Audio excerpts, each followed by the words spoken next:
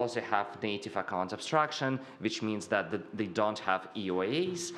Every wallet is a smart contract, which opens up plenty of cool UX opportunities that we as a company planning to leverage thanks to the possibilities of the stack.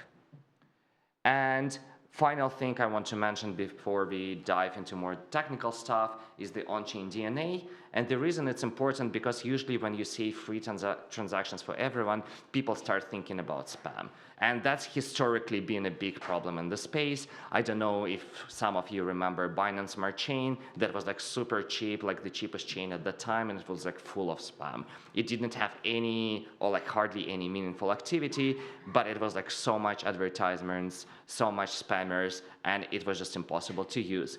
And that's why we believe that to complement our offering of free transactions, we also introduced the system that is designed to differentiate spam and malicious actors from legit users. And we believe that having all the on-chain data analyzed and indexed in our system, and that's, as I said in the beginning, something that we've been doing for years, we will be able pretty accurately to identify malicious actors and not sponsor transactions for them while still keeping the chain free for everyone else.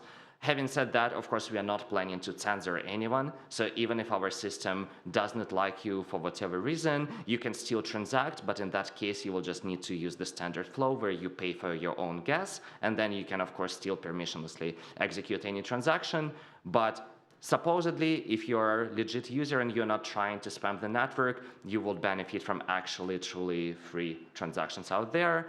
And the final bit and the most exciting one that we're going to bring that on-chain. So every address on the chain will have an on-chain score. And bringing that on-chain means that any other contract will be able to query that contract to also check whether we consider the address to be spammy or not. And then different dApp builders can also potentially leverage that in their system, maybe providing different perks, depending on that score, et cetera, et cetera.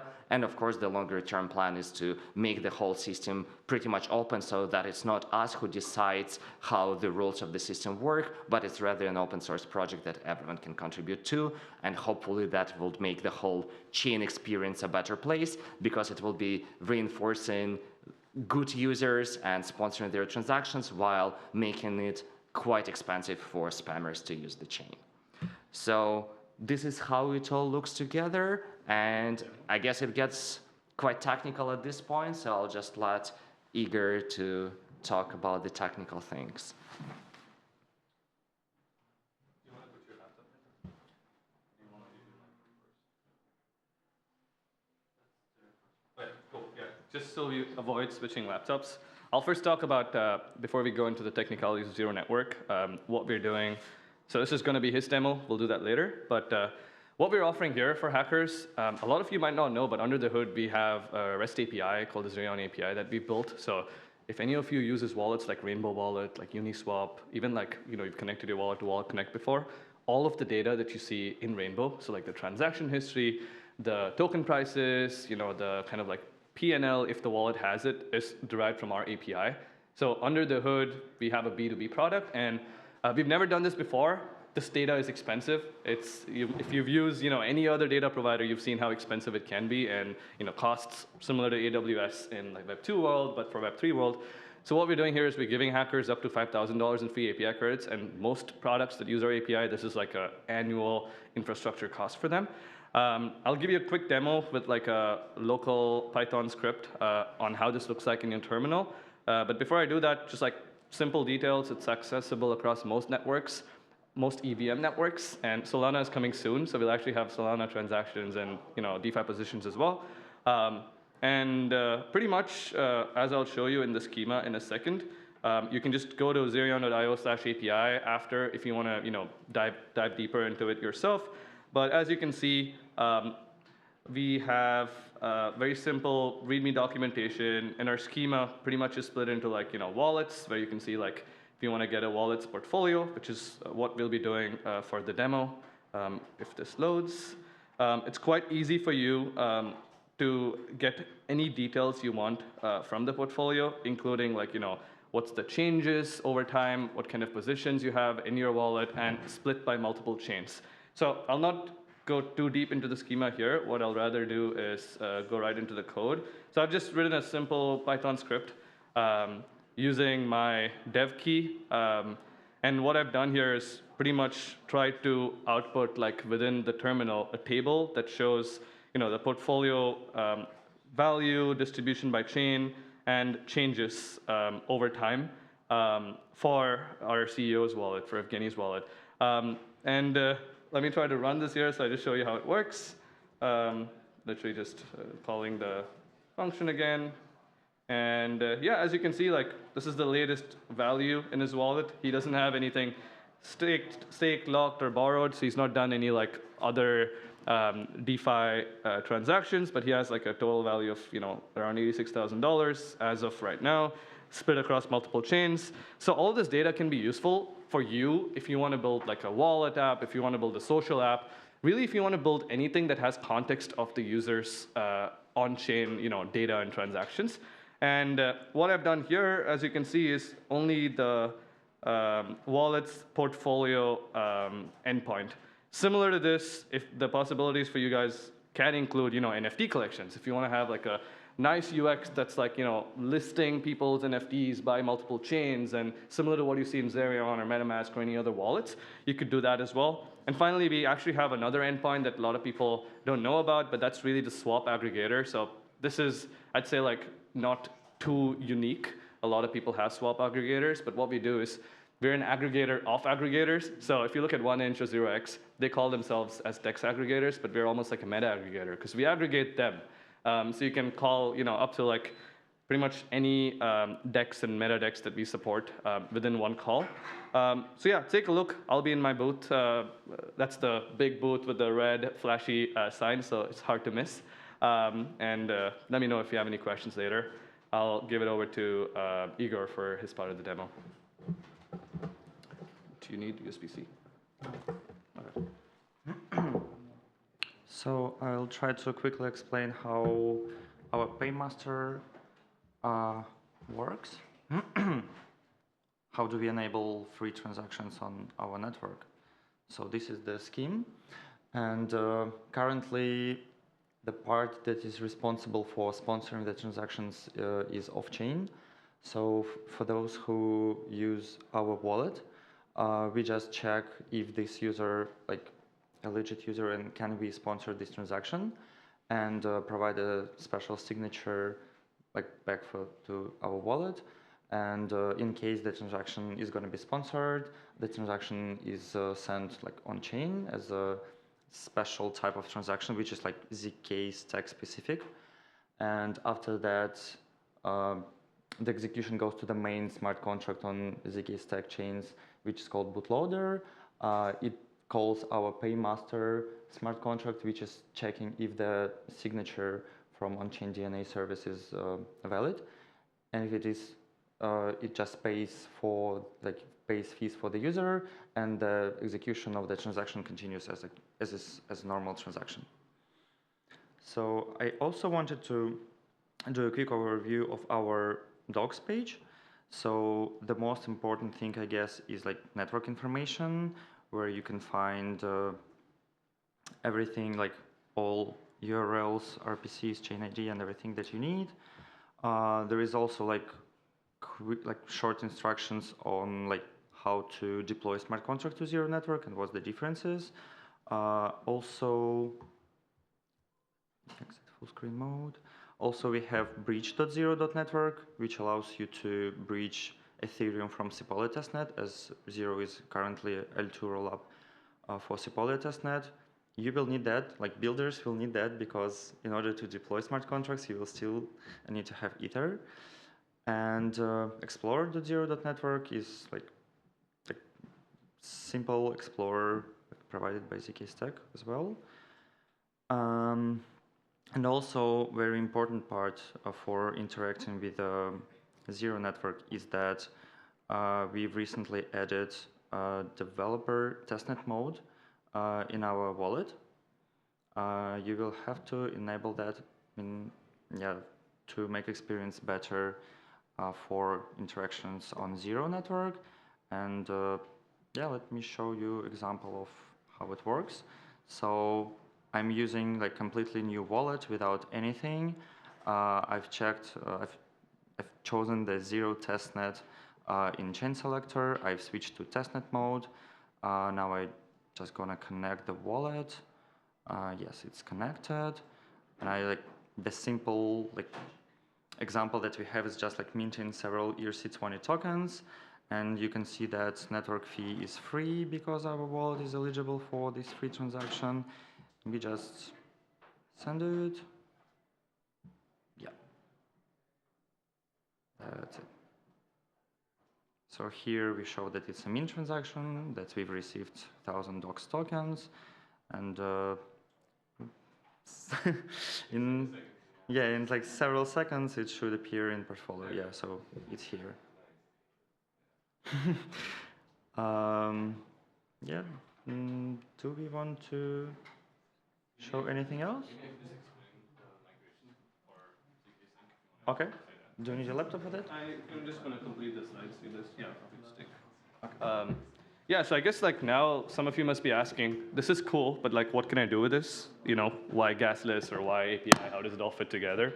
I'll just give you some examples of like, I guess, requests to build so you have an idea of what you could do. So on the API, earlier I told you, any consumer app, literally anything that you're doing in the hackathon that involves like wallet data or on-chain data, you could use it for. And for the gasless chain, right? I think what we're looking for is we've just launched our testnet. It's the first testnet that's live on Elastic Chain, on ZK's Elastic Chain setup. Think of like Superchain with Optimism, but it's ZK's variant. And we have a few dApps that are going live. So think of like DEXs, like Dodo or 1inch. We have like NFT marketplaces. We have social apps. But what we're really looking for is like unique use cases that can take benefit of like this spam, like Sybil, sort of on-chain DNA component and the gasless components. Like what would a user want? Like think of like a simple onboarding app. You want to onboard your grandma to like crypto. They don't need any gas fees. They could now do something unique or interesting. That would be cool. Or think of something like that's a social app. Maybe something that's like a tracker for a gaming tournament that like needs people to like upload their scores in real time. And it's not really a spam use case, but it's something that involves like gasless component to it. Else it would be really expensive. That's what we're looking for around that. And if you want to like work together with some of the partners we have going live, I can share that list with you guys as well later, so you can kind of like maybe incorporate other hackathon bounties and farm multiple bounties on top, because I think a lot of people would be doing that regardless. And all the documentation, make sure you scan this QR code or just take a quick photo. This is pretty much everything that Igor has explained earlier. And the last part that I wanted to detail here is that it's really easy, especially if you find a dApp that's currently live on ZK Sync or any of the other ZK Stack chains, to clone that and pretty much have it live and ready to use on a zero.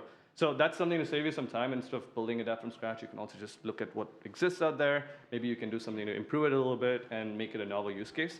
Yeah, that's generally what we're looking for. If you guys have any questions, like I said earlier, find the three of us around. We'll be kind of like moving around the space and talking to all of you individually. Yeah, that's pretty much it. Thanks.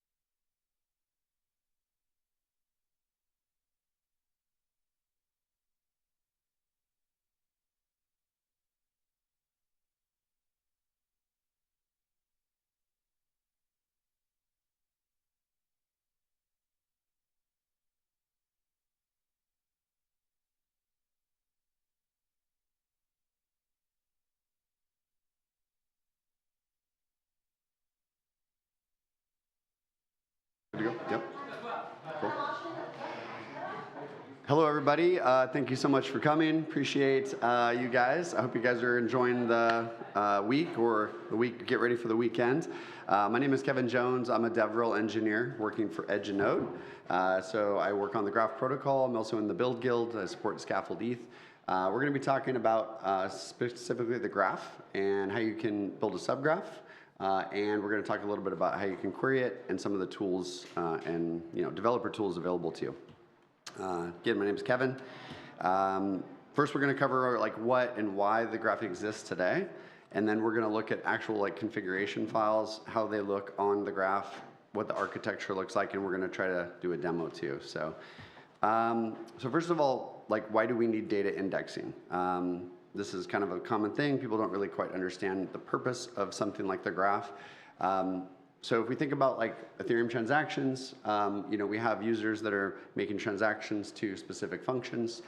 If you're a good smart contract developer, you probably have events that are being emitted, right, on those transactions. And that's all great for like real-time events. You can kind of like parse that stuff pretty easily in the UI. Something that happens, it can trigger an event. But really, when it comes to like large amounts of like data structure and changing of the data structure of a particular dApp, it can get a little crazy, especially as the user base increases on that dApp. And so, if we look at like an example of like the CryptoPunks here, we have all of the current owners of all the punks. And as these kind of switch hands or are sold or whatever, put up for sale, all of this data that's coming in through the events of an NFT, really that's what the graph aims to solve, is to try to like store this data in an easy queryable way. The original idea for a dApp was to essentially write your user interface in like HTML, JavaScript, CSS, and then use the blockchain for both incentivization for writes, but also for reading. But when it comes down to it, the JSON RPC for most blockchains is not really incentivized for reads, right? You pay some gas to write to the blockchain, but there is no really good interface for reading large amounts of data from the blockchain. So that's another issue. We also want to try to solve for like provenance as well with the graph. So if you want to know exactly what happened to a specific punk at a certain time in the history of the blockchain, it can be very difficult to do, right? You need to know exactly what block that transaction happened, and then, so that's, the graph kind of aims to create more of like a way for you to go back in time and see all of the history of a particular smart contract's data structure. We also saw something like this actually in the wild where someone was trying to get like all of the NFTs in a particular wallet.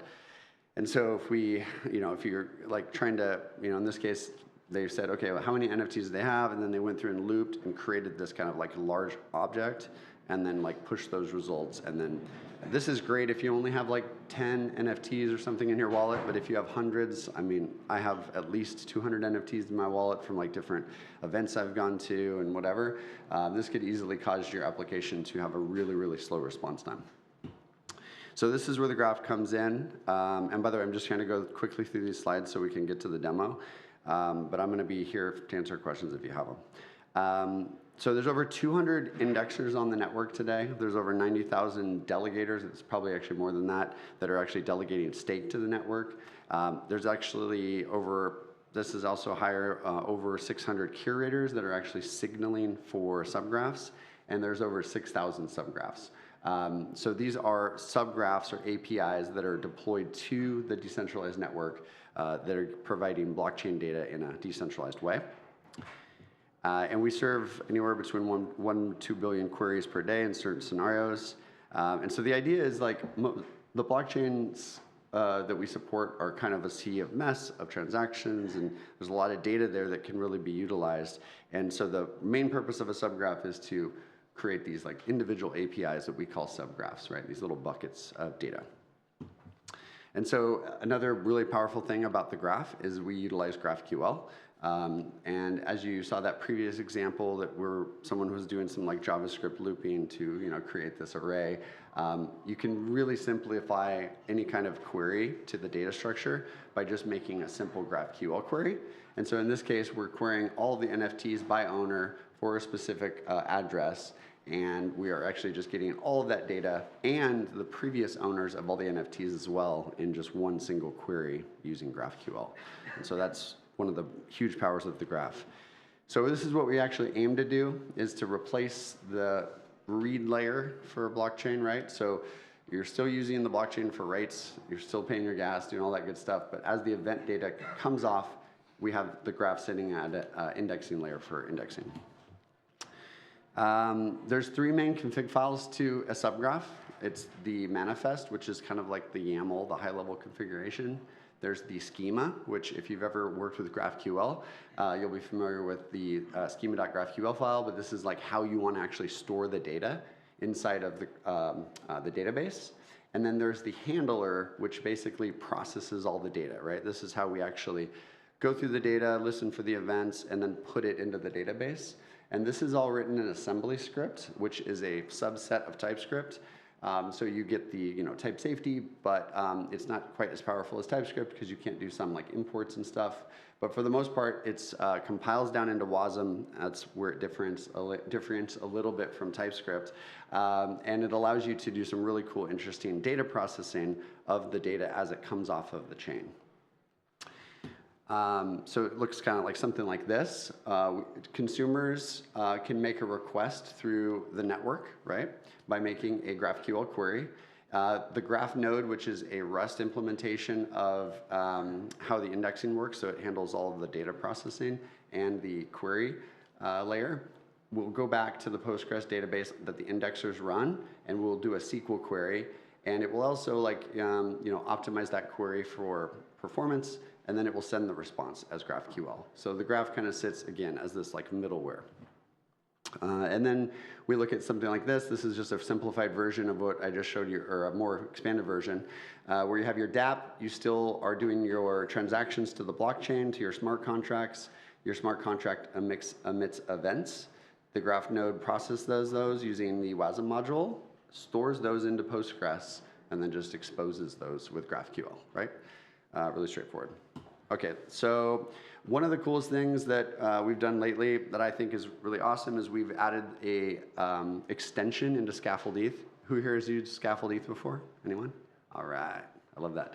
Okay, so Scaffold ETH is great because it has a full stack experience, right? So it's got Next.js with full TypeScript support and coding, and then it also has Hardhat or Foundry. So, and it has this extension system that is being added, and the very first extension added was a subgraph support. So you can run npx create-eth at latest with the -e flag subgraph, and it will spin up the monorepo for you, the full stack with Scaffold ETH, and the graph running inside of Docker with an example subgraph, with an example smart contract, like literally just like a great boilerpoint starting point. So I would definitely recommend you guys check that out. Let's see how much time I have. Cool, got 10 minutes.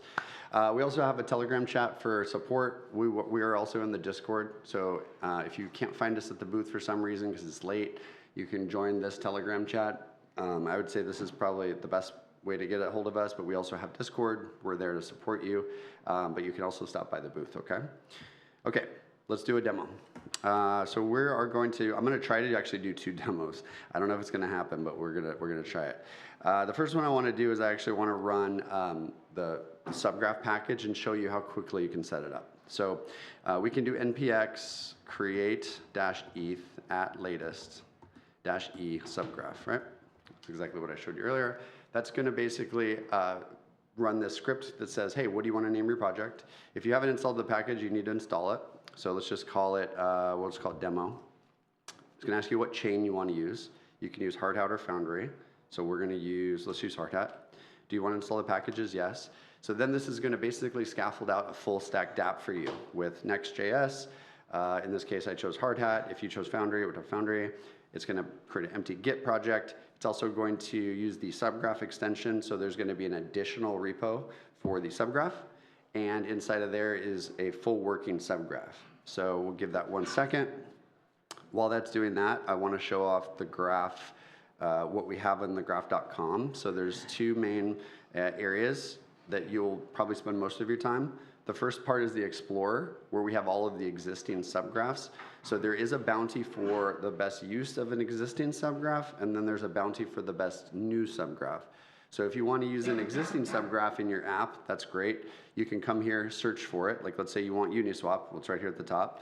We can click that and see the V3 subgraph, and we can start getting the data we want from there. And if we come down to the bottom, there's this really cool new feature where it will show you exactly how to query it. So this will give you the curl, this will give you React, this will give you Next.js, and Node.js. That's really, really awesome. That's actually a new feature. And you can query the network in your dApp just by putting that boilerplate code in. The next place you'll probably spend a lot of time is the studio, and that's if you want to create a subgraph. So we're going to try to do that in a sec too, but let's see how far we get. Okay, our dApp's scaffolded. It's called demo, right? So let's go, we're going to start up our chain. So everything in Scaffold ETH is like yarn commands, which make it really easy for you. And this is all in the documentation, so don't feel like you need to memorize these. But I'm just going to show you how quick it is. So yarn chain to start up our blockchain. Yarn start to spin up our front end. We're going to go into the demo folder again. We're going to do yarn deploy to actually deploy the smart contract that comes with the demo. That's going to take it, push it to hard hat. You see that there. And then this last one, we're going to do yarn run node. Now, the subgraph extension requires Docker because we're going to run everything in Docker. So what happens here? Oh, I got to, that's not good. Let's see if we can shut down these containers real quick. The demo gods are mad at me today. Okay, let's try this. There we go. Okay, so the graph again is a kind of like, what we're doing here is we're like virtualizing an indexer stack. So we're running IPFS for all of our manifests and stuff like that. We're running graph node for the processing, the Rust implementation, and we're running Postgres to store that data. So it's kind of like a virtual indexer, right? It's like basically you're like bypassing having to use the studio. And so now we have you know it's working when it says downloading latest blocks from Ethereum. And now we can basically come over here and deploy our subgraph. So local create creates a subgraph, and local ship will send that. So again, this is all in the documentation on the README, so you can basically find it there. If you need help, just come talk to me after. I'll point you to where it is. But we're going to deploy the subgraph locally. And then we've deployed it. So we chose a version basically for the subgraph because you need to version the subgraph. But if we look at Scaffold ETH now, so Scaffold ETH is, again, it's a Next.js application, and it works on port 3000. So hopefully it loads here. Okay, so here we go. We got Scaffold ETH. And what you'll see is Scaffold ETH comes with this kind of like very basic contract. It's called a greeter contract. And you'll see here that we have it's been deployed to hard hat. It has this greeting, and then it has a reader for a counter, and then it has a way to set that greeting. So Scaffold ETH is this kind of cool tool where you can like basically use this burner wallet function. You have this burner wallet that's available to you, and then you can come here and change the greeting basically. So I went and got some gas here from the faucet, and then now I can basically make a change to this greeting. So it's a very simple smart contract. We'll just change it real quick. We'll say, hey, what's up? Something like that. What's up? And then we'll say send. And then we'll say, I don't know, Brussels, and send, and hello. If I could type today. Bad typing today. Okay, so I just sent a bunch of messages, right? I basically sent these events, right? I changed my event like 3 times, basically, or I changed my variable 3 times. So I should have 3 events. So if we go here to this, when I did the deploy, it gave me this GraphIQL window. So we can go there and open it up real quick. And what we'll see is this Explorer section here, where we can basically explore all of the entities inside of the configuration. And so we care about greetings. We can get the first 10 greetings, their ID, the value, stuff like that, and then hit play, and then we'll get that data back. Oh, we didn't actually get the greeting, so let's grab that too. So then we'll see that we're able to make one simple GraphQL query to get all the data that we need in our application. There's also a tab on the scaffold ETH here called subgraph that you can see here at the bottom that it shows you exactly the events that come back, and then we do this kind of cool stuff with the address. And here are those commands too: yarn run node, local create, local ship. And then if you need to clean up all your data, you can run cleanup. I just want to show the config files really quick so you can kind of get a feel for like how the scaffold or how the subgraph configs look, because I kind of briefly touched on them, how they work, but I want to show them in detail. So if we go to in this case, we have a packages folder with a subgraph. Here's the subgraph folder that you basically use when you use the extension. And if you come here, you go to the YAML file is here, the subgraph YAML. It basically is kind of like the high-level config file. It tells exactly what network that you are creating a subgraph for. It tells you like where to get the schema, which is like how you want to store the data in the graph. It also has the address for the handler, the mapping, and it also has the handlers listed here, and then the ABIs for the contract. So it's kind of like this high-level, way to point everything in your subgraph to the proper locations. And so if we go to this SRC folder, we'll find those two files that it's referencing. So the first one is the schema, which is like the data types. So in this case, this contract that I deployed and tested with has a greeting, and then it has someone that actually sends those greetings, right? So it technically has two what we call entities. And so what you'll notice here is this is actually a more advanced subgraph because it's linking the senders to the greetings. And so you'll see here that we're referencing sender as sender, and we have all the greetings in this kind of like virtual array. So what's really cool is Graph Node will determine that if someone sent a greeting, it will link those together with a relational like database link in the backend that you don't need to worry about, so that when you query, you'll be able to get all the historical data for that. So it's very advanced, the stuff you can do with GraphQL. And then the handler is this part, which is probably a little more confusing. I probably won't go through this completely, but this is how the data is actually being processed and stored. So again, it's all assembly script, and it's very, it has type safety, so you can import and kind of work with the data as it comes off. You import the schema, and you can basically do things like load, which is to like see if that data already exists in the database. And then you can do kind of like if statements. If it doesn't exist, create it. You can do some like mathematical calculations. Obviously, you can do a lot of stuff with assembly script. And then at the very end, you can like save that data. So all this data is stuff that's coming off of the event. I know I'm almost over, but I'm almost done. So there is this right here where the event comes in, and in this case, it's called the greeting change. And we just get all the data we care off of the event parameters, right? So parameters, and then we also get stuff off of the block timestamp as well. So there's a lot of cool stuff you can do with this. And lastly, just real quick, if you don't want to use the subgraph extension of, and you want to create a subgraph, you can do that just by clicking here and name it whatever you want. So we can say test, testing, testing 1, 2, 3. I've done this too many times. And it will give you all the steps to create a subgraph right here. So everything you need to know is also here. If you don't want to do the full stack thing and you just want to create a subgraph for any of the supported chains, you can do that there. Cool. Thank you, guys.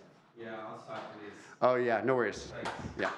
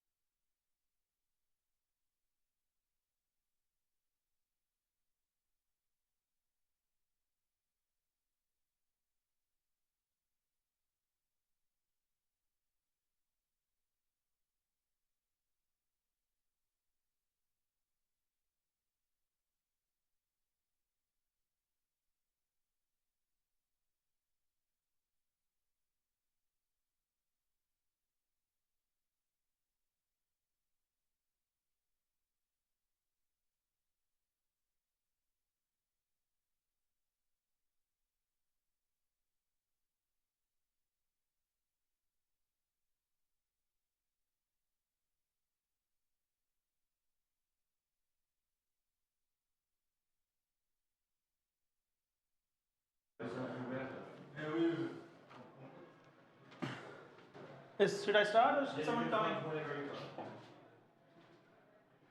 Okay. So, you guys know about Pith, or should I give you a small introduction for that? Okay, you can talk in between. It's not I'm teaching you. You can talk in between. There's nothing to see here. Is my voice audible? Okay. So we are a pull oracle. It's very different from other oracles out there, which are push oracle. The benefits is you can retrieve the data anytime you want. The other push oracles send the data like in 30 minutes, 15 minutes. So data is not updated. So if you're building very high frequency app or doing anything, it's better to use Pith because you get faster data, you have more price feeds, and we support all the chains that you can name. Even. Don't use any other chain, please. Like any weird chains. So how we are different, we take the data from first-party data providers, not aggregators or CoinGecko, CoinDesk, something like that. Really, the data where data come from, like QCP Capital, CMS, you don't care about that, I know, but I have to say that. And we support almost 60 plus EVM chains. So either you're building on XYZ chain or shit chain, I don't care, we have the data there. And you can ask the question anytime, don't wait for AMA. Just so that you know what you're getting data from, and push, they send the data every 30 minutes or whatever. You then get the data from smart contract, whereas you request the data before you want to update it. Now coming to the code part, and I'll show you how to integrate Pith. It takes only 5 minutes. You don't have to stake XYZ token to some contract to start using Pith. Here we have 3 bounties. One, to start, if you want to use price data on your chain, or like any dApp, you have to use it on-chain. We have a method of using off-chain as well, but we want you guys to use on-chain. That's the first criteria. Okay. Second, we have random number method. We call it entropy, Pith entropy. It's similar to VRF, but way better than that. Okay. And third is an open bounty. You can create any tutorial or make any improvements to our SDK if you feel like, okay, this method if you add this method, it was great for people, we'll give you a bounty for that. We want to know how people like Pith, what's a developer experience look like. Any question till now? We have not seen code or anything, so that's why. Yeah, I'll just start with this. This is how a normal main function looks like for ERC-721. Everybody is versed of that. Okay? Now, to use Pith, you need 3 things. One, the chain, which chains you are building on. Second, what data, what price data you need. You need ETH price, BTC price, or gold price. I don't know why, but if you need it. That's second thing. And third is Hermes. That's something different. So 3 things, price feed, contract address of that chain, and the Hermes data point. What is Hermes? Hermes is an off-chain service. You fetch the data and update it. I can see some confused faces right now about Hermes. Yes. So I knew that this will happen. So we have a Pithnet that sends it into the wormhole. This is the Hermes, and this is the contract that you will build here, okay? We have Pith contract on every chain out there. Sorry? Please stay on the front of the microphone, please. Okay.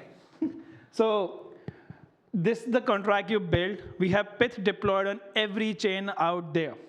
Now, if you want to read data from some oracle, how do you go? Read, price, feed, data, whatever, and you put the price feed ID. Am I right? That's how you do it? In this case, if you read like that, you'll get an old data, which you don't want for your dApp. So it's a pull oracle, I told you. It's not a push oracle. So you have to pull it. So from Hermes, you will pull the data, and you will update it on chain and consume it. That's how you get the latest data. Hermes is a service, which you can see here, from where you will pull the data. I'll show you with the code how simple it is. So Hermes is something you use from like JavaScript to do that and then? Yes, we have a Hermes SDK. It's an off-chain service that is running from different companies out there. So you don't have to implement Hermes. It's a normal SDK from which you will fetch the data. One line of code, that's it.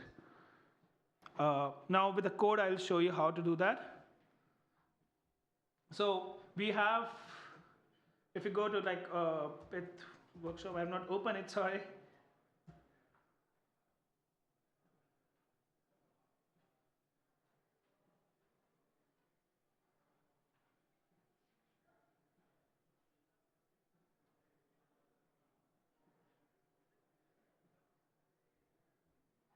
Is it visible? Yeah. So this is the same contract that we were using for the minting an NFT. It's an example I took. So if you see here, for the minting, I want ETH USD price right now, okay? And if you see, there's another argument called price update on the second argument. This is the price update you fetch from Hermes.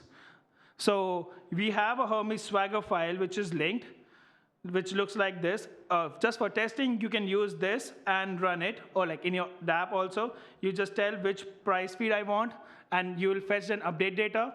You pass it in a contract here, and that's it. When you pass it, you fetch the price like this, and these you don't need that other thing. So we have all the examples in Pith examples format, repository. So that's how you fetch it. This is the main method you need to click a photo for, if you want.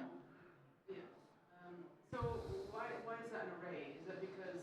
You can fetch 10 to 20 prices in one call. So you don't have to worry about it. So, yep. How do you create a price feed? Do I need to speak with you to create a price feed for something that you don't provide? You can't create a new price feed right now. No, it's by governance. The DAO decide what's the next price can be there. So I'll just help you to navigate the docs if you want to find. This is how our docs looks like. That's how you go. Go to price feeds. If you see here, we have all the contract addresses. Okay, on the left you can see. Go to there. I'm pretty sure you all be building on EVM. These are all the chains that we support. And you don't need separate addresses for different price feeds. So you just need one address where Pith is there. You take all of this. You have support all these chains. Okay? You take, like I want to do it on Arbitrum. Okay? So when you see the code here, okay, it's gone. Wow, now it's here. That address, you will copy it, and you will put it there in a constructor in your contract. This is the Pith, where the Pith contract is implemented. Now you need price feed IDs. So we have a page which is already in the ETHGlobal website. These are all the price feed IDs. So give me a random price feed ID, any crypto price if you want. Any? Give me a random. Gold. You search it here. It's GLD, I think. Yeah, GLD, something like eGold or US Gold equity. Copy this. Okay? And in that same code, if you see the ETH USD price, like I'm hardcoded USD, but you can change it to gold price here. Pass that bytes, which I copied from that page, pass it there. This method will we do, okay, if you see it's a payable method. Why it's a payable method? Every time you update the price, you have to pay one way. The smallest denominator on any chain, if it's something else on other chain, that's what you pay, one way. So you're pulling the data, you're updating on chain, and you're using it. So if she pulls the data, and within a minute you want to consume the data, you don't have to update it because it's already updated. I think it's not clear for some. No. Why? The reason is, if you see this, what does Hermes do is, we are getting data from Wormhole, and then you're fetching from Hermes. That data is getting verified. So contract already has the data. So what it does, it verifies the data, so she can't pull a malicious data. That's how we do verification. So always get correct data, which is there, and you can fetch data anytime you want. So that's the way how Pool Oracle works. So do we need to put a check in there? Let's say, can we go back to the code? Let's say that I updated already, and it's already updated. Should there be some check to see, do we need to Yes. I already called it and he doesn't want So that method, update price feeds, already have that check. So if you're already updating it, so if the data is already there, it won't update it. So we have an API reference. I am helping you to like navigate the docs so that you get everything. If you go there, API reference page, EVM, and you can see all the prices that contract supports. So if you see the get price, I'm pretty sure everybody will face this issue. The get price will give you the latest data. Like there's an example, execute the query, there's a stale price error coming. Why? Because this price is not being updated. Okay, so every price you update, it will get stale after 60 seconds. That's how we keep the freshness on the chain. Okay, so but now you update the price and you try to fetch it within 60 seconds, you will get the price. It will not throw this error. Does that mean the fee is zero then? If, for me, let's say that he updated it. Yes. So is my fee zero? Yes. Okay. But that means that my contract needs to have some ETH, right? Because Oh, it can take from message or sender, the EOA. And if you don't care about the latest price, you can use the get price and save method. So it will always return you something. will that help me with my issue with the euro? Yes. So I should use get price? Yes, you can use that. And you can fetch and like this. I want data not older than 4 seconds. So a lot of perpetual dexes, they don't want data very old. So they can use this. I don't want seconds older than 5 seconds. You can put the age here. That can happen. EMA price, I'm not sure if you guys want to use. It's like exponentially moved average price, similar methods. And these are like update fees. You can get on your chain what's update fees. It's one right now for every chain, but you can try if you want to. So if you see Hermes, we have SDK also for Hermes, TypeScript, Python, both. But it's a normal curl command. I don't think you will need an SDK for that. But we are there, it's there. So if you use this API, I'm going to try it out. You can add so many price feeds in one call. So in the same contract, if you want to fetch 5 price feeds, you don't have to update 5 times. You can use update one time. You get, like I'll show you. Suppose these are 5 different price feeds. I'm not doing it. Want hex encoding and then execute. Take this is update data that you will use it as an argument in the contract. Okay, the difference here for you guys as new developers who is using Pyth, you have used oracles before. It's easier to use an oracle that they're out there because you can directly fetch it. You don't have to do all this thing. But to get started, you have to put some token somewhere. You have used those kind of oracles. We don't need to do. Everything is permissionless. You don't need any human being to intervene in between or any of our community members. That's one thing. Second, it's one way for update. Third, you are getting latest prices. That is something different. So if you see, all the oracles are moving towards pull oracle because they can't expand. The reason we could expand to every chain out there, it's only one price feed ID for all the chains. That's also remember. If you're using BTC USD on 5 chains, you have to hard code those BTC USD price feed on every chain. Different IDs. It's one ID. So when you see all the price feed IDs here, this is ID that we use on all EVM chains, Solana, Starknet, whatever you call. So that's one good thing about that. So we would do the 2 updates, like if I wanted to get from Euro to USD and then USD to ETH. One update, yes. But I would have to get 2 different ones, right? Yeah, 2 IDs. Inside, put that in Hermes. You get the update data or via SDK and push it to the contract. You pay 2-way because 2 price updates. So should I show how that would be, but then in actuality use the get price on safe because the euro Yes. will be available? Yes. And I can make a comment. Yes. Only thing that I didn't saw is how much decimals are you putting on the price? Is it the normal 18 decimals? For Bitcoin, is it 6? Yeah. So if you so when you get the price object, it has price, decimals, confidence interval, as well as last published time. I'll show you how. Like from Hermes, if you want to use off-chain prices, you don't want to use on-chain prices, you can use Hermes to fetch the prices, and the price object looks like this. Price, confidence interval, exponential, which is the decimals you need, and the published time, last published time. Okay? So on chain, I need to convert the negative number to a positive number, and then We have a method if you, we have a helper method. Sorry. because it's common for me to. Yes, this is the convert rate to XUSD. You can, we have helper methods in our SDK, and you can use that. And since I have 2 minutes, I'll just explain how entropy works.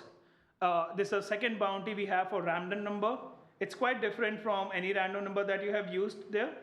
So if you want to use a random number for gaming or something, the only difference here is how do you use a random number? You fetch the random number, that's it. But it's a 2-commit hash. So if I have a random number, you have a random number, you have a random number. The random number that entropy will give you is a hash of 2. So it's like, I can't change my random number because hash would get changed. You can't change your random number, hash would change. So if you want to use entropy, you will call this fetch entropy random number, and you'll pass your random number, okay? Any random number you want to put that. You will pass that, you get the fees, which is whatever there, and you check the fees, and you'll see you get a sequence number from that, request with callback. You'll get a sequence number which will store on the chain.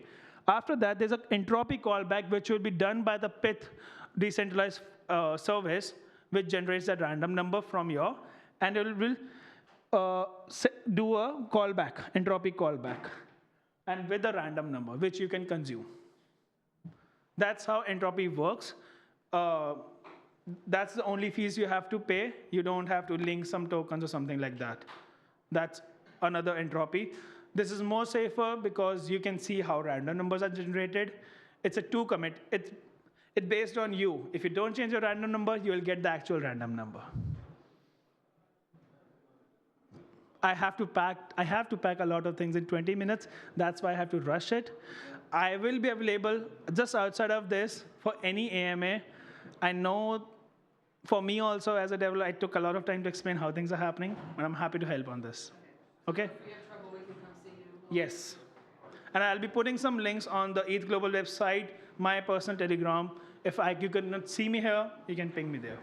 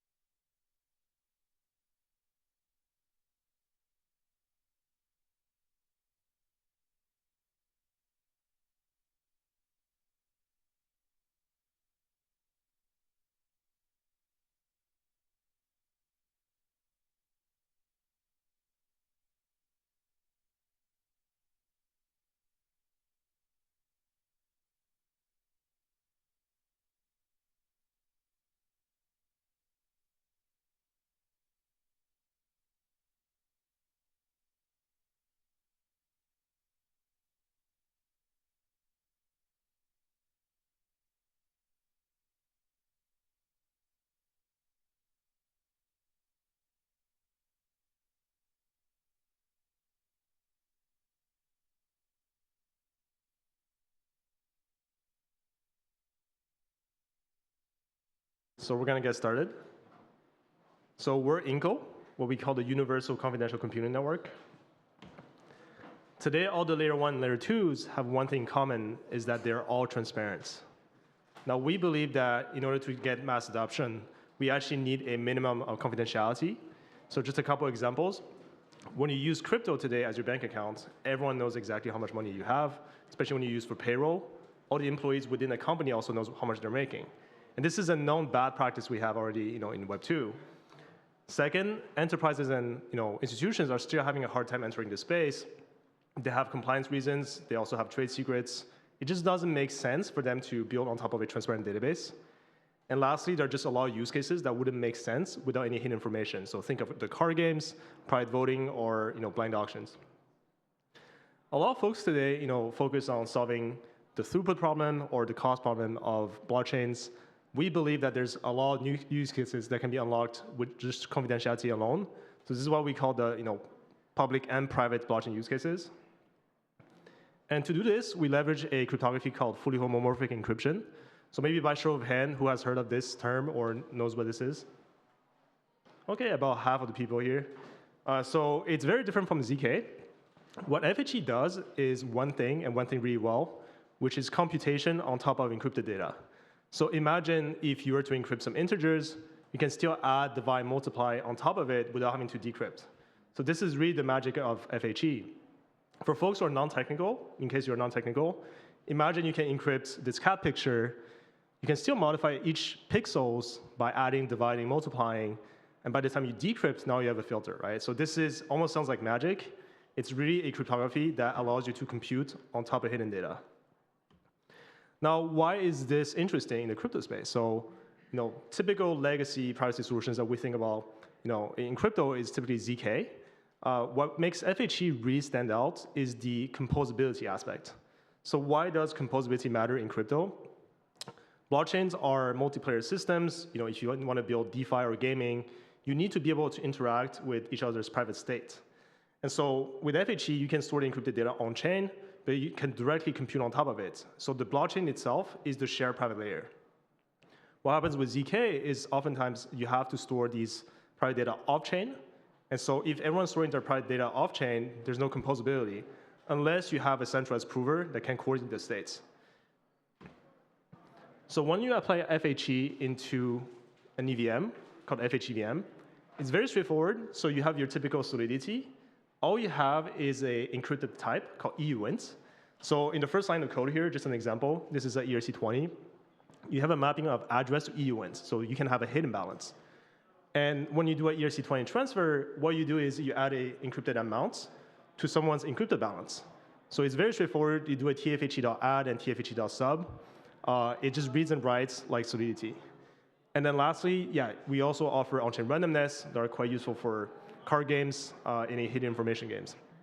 So what are some of the benefits? So for one, it doesn't require any hardware secure enclaves, TEs. It doesn't require you to learn any complex languages, how to write circuits. Also, it doesn't require any centralized off-chain coordination that a lot of the ZK-based solutions require. And so let's talk about use cases, right? Like, what can you build with this? So if we take a step back, a lot of people think what we do is privacy, but privacy is really just a subset of things you can build with confidentiality. So let's take gaming, for example. Today, all the crypto games are not as challenging because everything is transparent and public. So if everyone has perfect information, there's no fun. A lot of the fun games that we have in Web 2 require some hidden information. So think of the card games like poker, some of the bluffing games, things that you have to guess if the enemy is more powerful or less powerful, right? All that requires a minimum of confidentiality. Else, there's basically no fun, no challenge, right?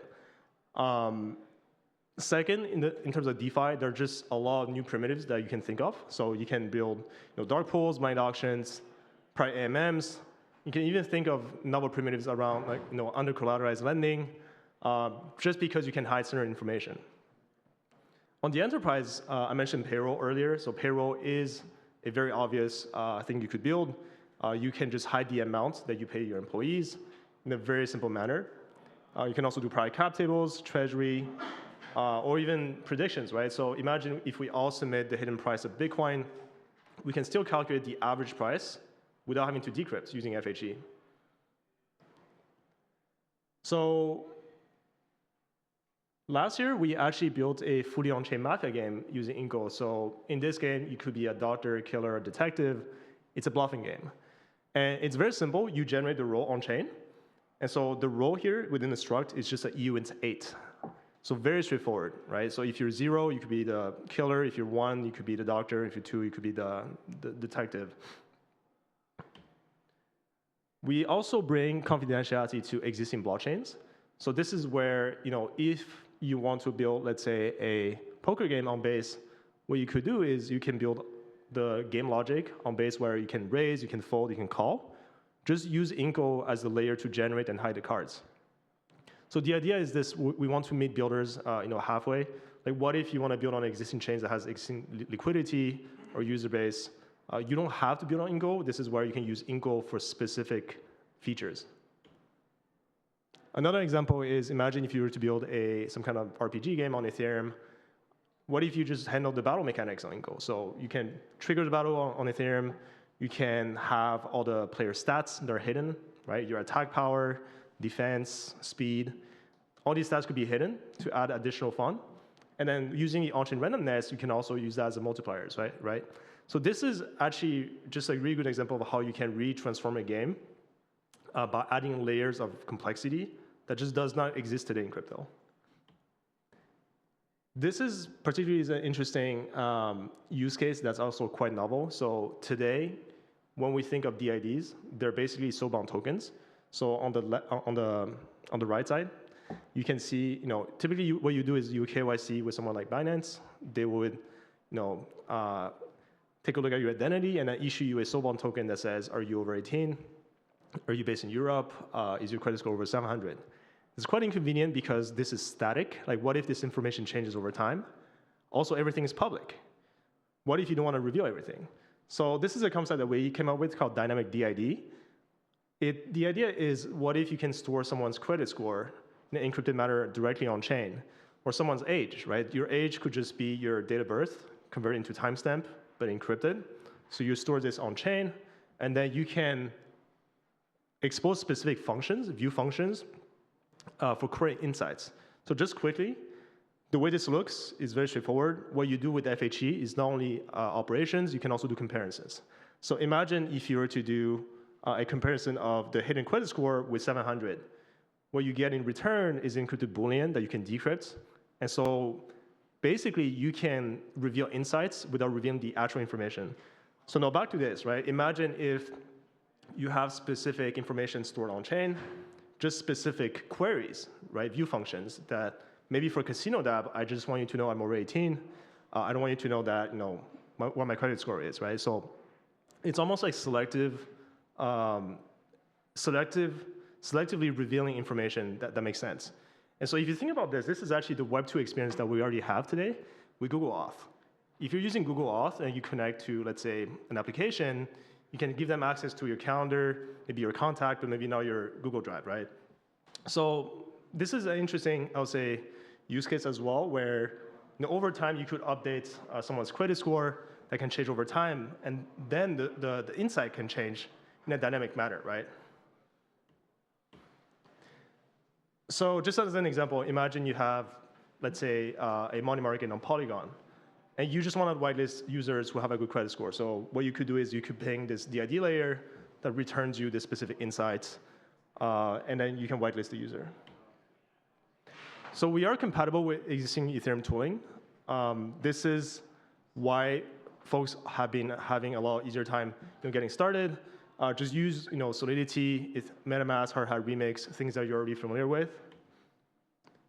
We support a fairly wide range of operations today, so from additions, divisions, multiplications, but also a lot of comparisons. So it's really up to you to unleash your creativity, think about novel experiences and dApps that you can build. So maybe for a private AMM, you need to use some multiplication, divisions. Maybe for the DID layer, you need to do comparisons, right? So because of this wider range of supports, you can recreate a lot of the logics that you have in games and DeFi. And just to take a pause, basically, if you think about what we do here, is recreating the concept of almost like this private states that we have in Web 2. In Web 2, if you were to build something like eBay, you have a centralized server, everyone submits their bid. The server is not going to reveal everyone's bid, right? Because everyone has to bid secretly. Now in crypto, because everything's transparent, you can't have that experience. So the only way to protect information is through encryption. So there's no private state in blockchain. It's basically encrypted state. Now with FHE, because you can compute on top of these encrypted states, you get to build more complex logic that basically you would normally do in Web 2 with this centralized server idea, right? So a lot of the things that you see here is basically interesting in a way that you can bring in a lot of the Web 2 experiences and use cases to Web 3 using these operations. So to get started, all you have to do is import this library. So it's a FHE library. If you are familiar with Remix, the simplest way to get started is to use Inco's Remix. Pretty straightforward. Our current version does have a little bit of a version issue, so you have to use 0.8.20 for now. But yeah. One more thing here is when you build using confidential information, one thing you have to understand that there's no if-else statements. The reason why is, imagine if you were to execute if-else statements on some kind of logic, that path would actually reveal what the hidden information was, right? So the way to go around this is this multiplexer function called CMUX. So here's just a very simple example of a private voting. When you cast a encrypted choice, which could be 0 or 1, the first thing you do is you compare if this encrypted choice is equal to 1. So you get an EBOL, which is an encrypted Boolean. What you do is you pass in this encrypted choice into a CMUX, which is a multiplexer. So if you're familiar with things like JavaScript, a CMUX is basically like a ternary function. It returns the first argument if it's true, second argument if it's false. So in this case, if the choice was equal to 1, you will return the encrypted vote count. If it's false, you will return 0, but 0 is also encrypted. Now, on this third line, it's the reverse. You return 0 if it's true, and then encrypted vote count if it's false. So one of these two arguments would be 0, and then the other one would be the actual vote count. And you add both of them to their respective tally. So this is how you can go around this if-else problem in encrypted values, is using CMUX, essentially. There are two forms of decryptions. So this is quite important. So the first decryption, TFHGL would decrypt and reveal the plain text to an entire network. So this only makes sense if you want to reveal something and not be afraid that this information would cause consequences. So for example, in a poker game, at the end of the round, when you want to reveal everyone's hand, you want to use TFHGL decrypt, right? Now, the second function is a re-encrypt. So what is a re-encrypt? Re-encrypt allows you to query your own, let's say, your own balance in a way that doesn't leak information. So the way this works in practice is, on the client side, you generate a temporary private key that goes with a temporary public key. And then when you pass into the view function, you pass in this public key so that when the MPC network decrypts, you will do partial decryption and re-encrypt that value using your public key. And so all these values will be sent back to your browser. And using that temporary private key, when you decrypt, you can reconstruct the plain text. So this is a way so that only you can see the hidden information and not anyone else, right? So this is good for, let's say, in poker, if you want to look at your hands without revealing to everyone else. Or let's say for an ERC20 balance, you just want to view your balance. This is also a great way to use this function. One more thing, as you can see, there's a signature. A signature here is just an EIP 712. It's just to prove that you are you. So not someone else is trying to decrypt your balance, basically. So let's go over some of the tooling here. So there is a JavaScript tooling called FHVM.js. So what you see here, this is called a ciphertext. A ciphertext is the way you hide data in FHE. It's composed of the actual data with some noise padding, and some data padding. So let's say you want to transfer 10 tokens, right, in a confidential manner. What you do is you encrypt the integer 10 using this library. And then when you pass in to the Solidity contract, you pass in as a call data in the form of bytes. You have to cast this into a EUINT8. So if you see below here with the hidden score example, so you have to pass in as a bytes data, and then cast that into a EUINT8 type. And so today we support EUINT8, 1632, and EBOL, and we'll support 64 and 128 very shortly, including e-address. So yeah. So let's talk about the bounties. So we have 10K in bounties. There are two tracks. One is gaming. The other one is open innovation. So we've hosted about 4 hackathons already. And I would say gaming has been one of the more popular tracks for most people, because for one, it's easier to build. If you can think of some kind of mini games, hidden logic, you can easily recreate this within 24 hours. It's also typically more fun to build. DeFi, there are definitely a lot of interesting things you could build. It's a little bit harder. Just to give you an example, if you build something like a private AMM, some of the concepts you might have to think about is around differential privacy. So let me give you an example. Imagine you want to do a confidential swap. If someone swaps before you, and then you swap, and that person swaps right after you, technically that person can guess how much you have swapped out, right? But there are ways you could, there are techniques you could do to basically prevent information leakage, including differential privacy, But typically, these topics are a little bit more complex. But nonetheless, I think there are quite a bit of interesting things you can also explore. And then in terms of infra, you can also think of that DID layer example that I gave earlier. You can combine that with the money market. So imagine you have a money market that only lends out if you have a good credit score, right? So this is where there are rooms for sort of novel primitives, ways that you can think about composing different DeFi primitives, including gaming.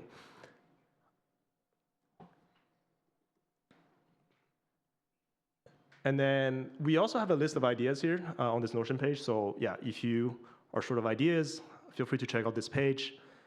We also have a booth there with all our team members. So we're always happy to provide feedback. Come talk to us. We're very passionate about exploring novel ideas. You can also join our Discord. So we have a dev chat here for any technical support. And Telegram group. So we do have a testnet. So yeah, feel free to get some testnet tokens and then get started. Yeah, just leave it for a second for people, take pictures. And then lastly, yes, we have our documentation here. There is an arcade page with a few demos. So some of them include simple mini games like the Mafia game, Wordle, simple Hangman, Slot Machine. So just for people to try out the novel experiences that Inco can offer. And that's it. Thank you.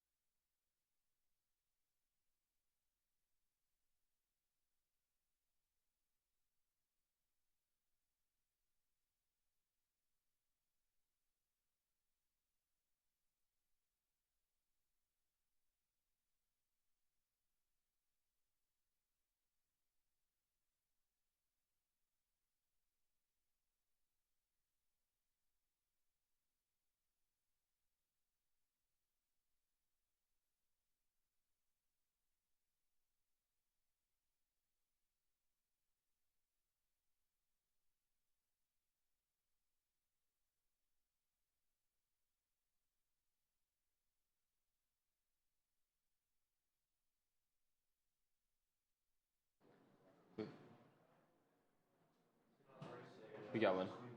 We got one. Okay, sweet.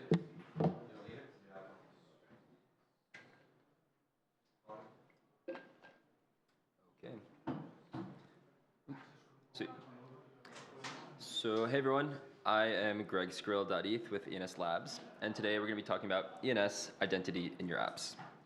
So, quick overview, we're going to be talking about what is ENS, why is it important, what are the different types of ENS names, how does it work, and then lastly, some resources for the hackathon this weekend.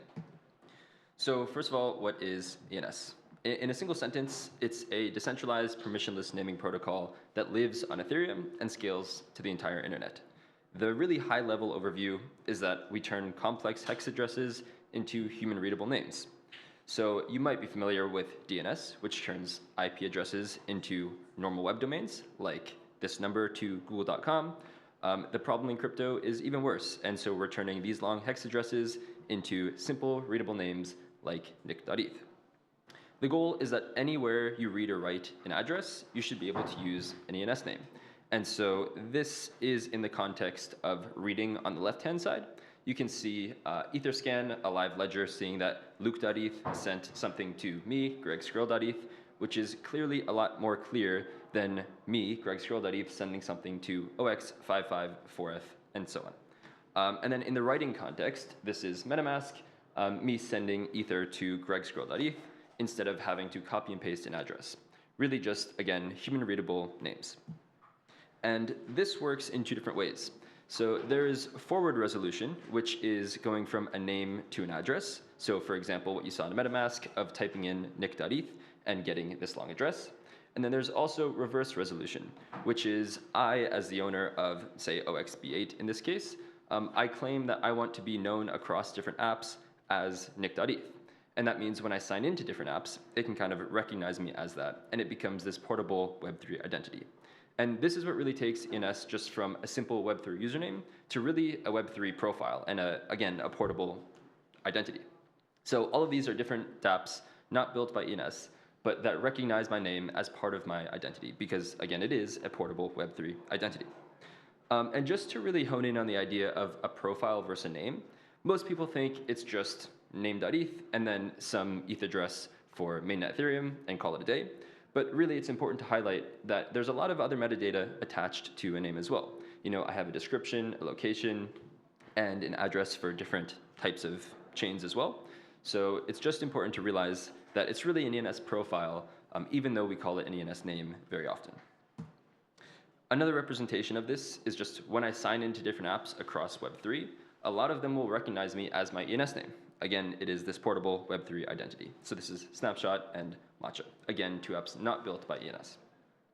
So we understand what it is at a high level, and we're going to keep going a little bit deeper. Why is it important? So I stole this slide from our designer the other day, because I think it's important, even for developers, to understand what the goal of ENS is. You know, at the surface, it looks like we just sell these names, but really it's a UX business. Our role is to help make complex and scary interactions feel better across the internet.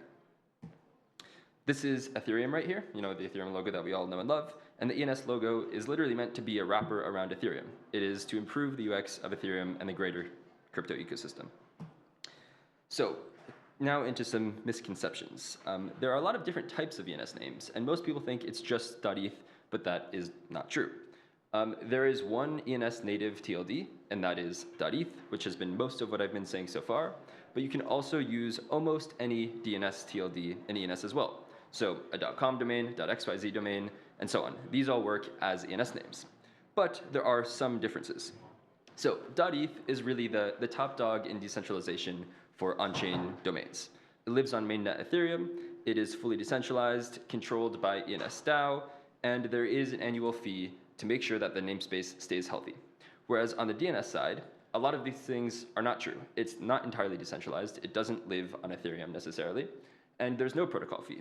So it's just a matter of trade-offs, but the point here is that ENS respects existing internet infrastructure and is not just limited to .eth in this closed system. We really try and bridge the gap between all of the internet. And the flexible registration options I can dive into a little bit later. But basically, DNS names can be used for free in the ENS ecosystem, whereas .eth names, at least second-level .eth names, cannot.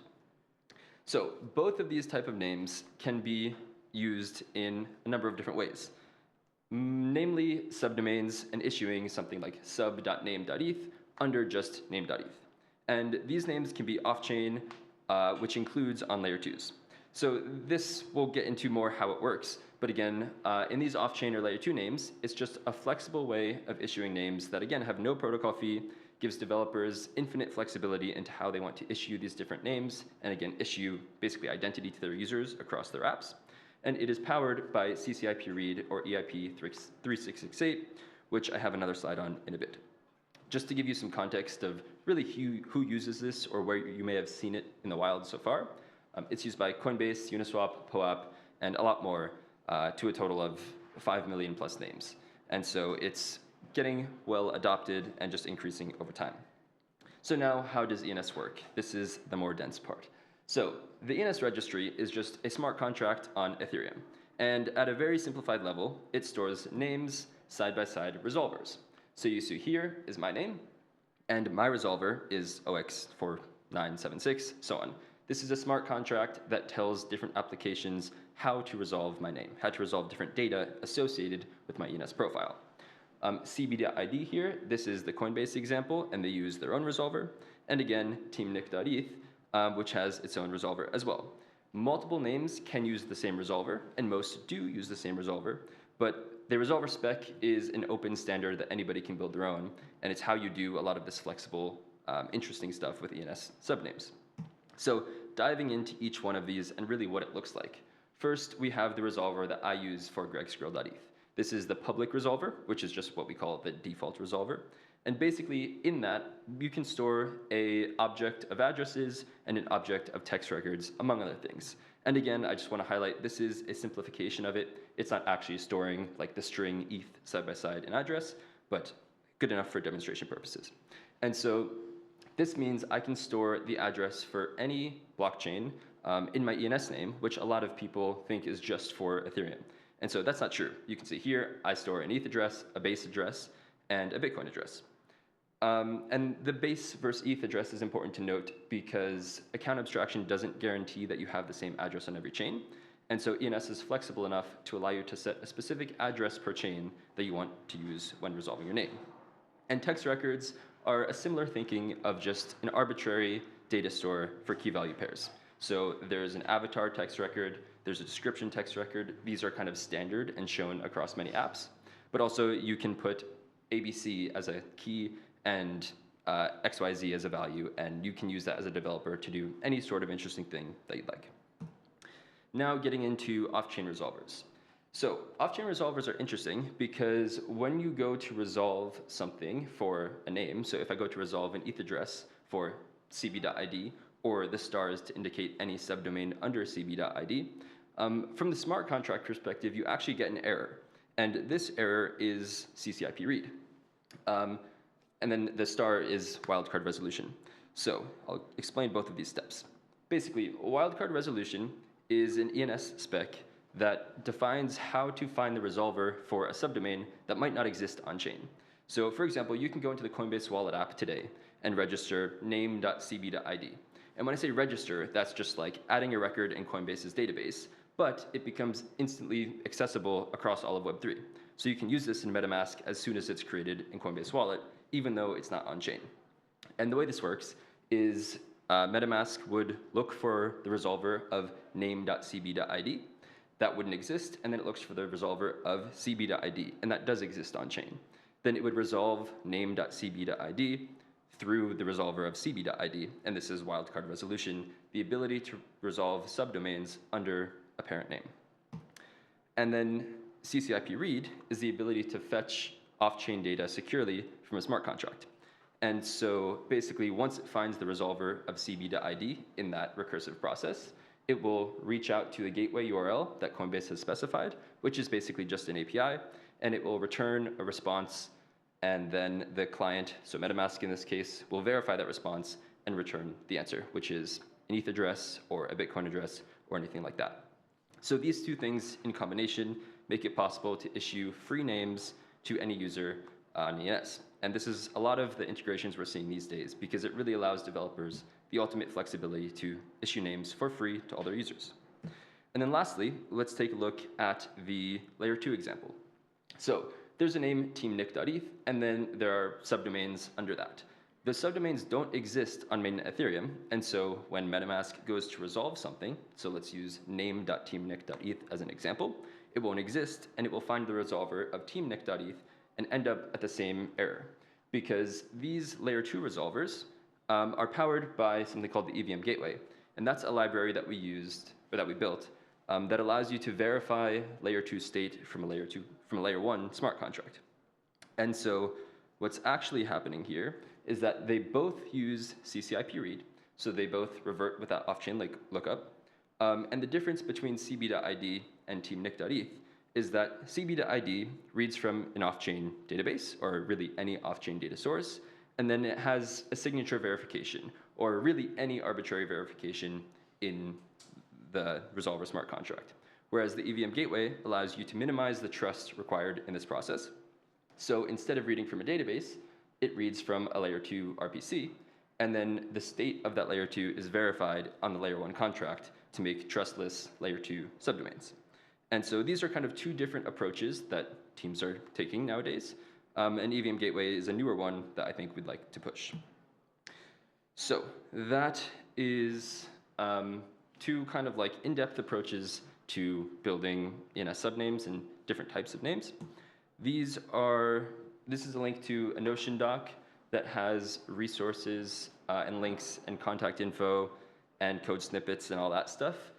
If you're building this weekend on any of the things I've talked about or integrating any other sort of ENS implementation to your app, should have info for you. And we also have a booth to help. I'll leave this up here for a second. Cool.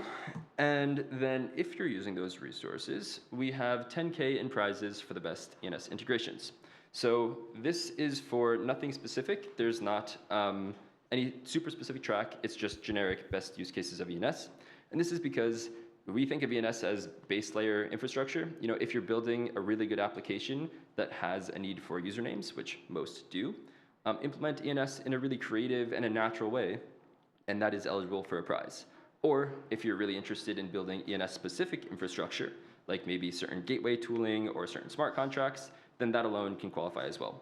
So we're keeping the gate open. Any interesting integrations or implementations of ENS are eligible for prizes. But that is what I have for you guys, and I'm happy to take any questions.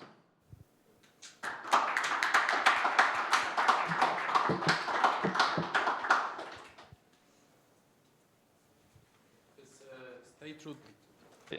So the statehood verification you mentioned, so I presume it has to be L2, which is anchored on Ethereum mainnet, right? Yes. So the EVM gateway is a few moving pieces.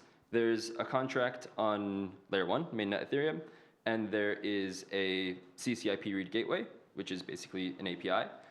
And then there's a contract on the layer 2 that the gateway is reading from, basically.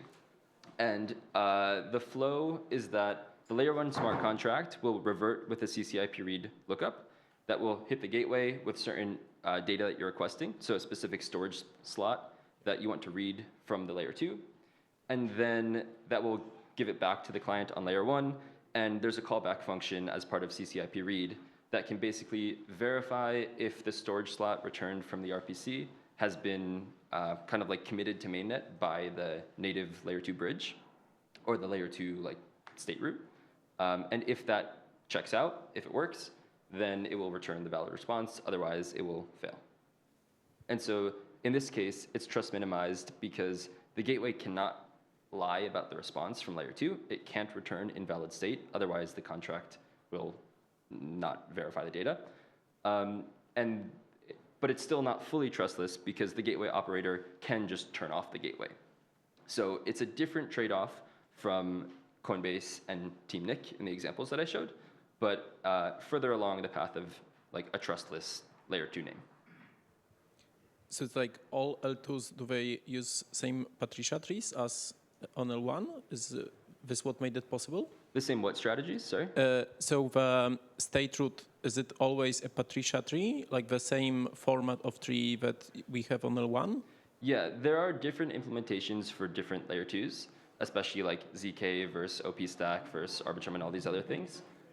We have the library called the EVM Gateway, which currently supports OP Stack chains, so Base, OP Mainnet, Zora, and so on, and Arbitrum as well, and maybe one others. And then some of the ZK stuff is a bit more complex and still in the works, but generally they're not all identical, but they have some overlapping like characteristics that'll make it possible.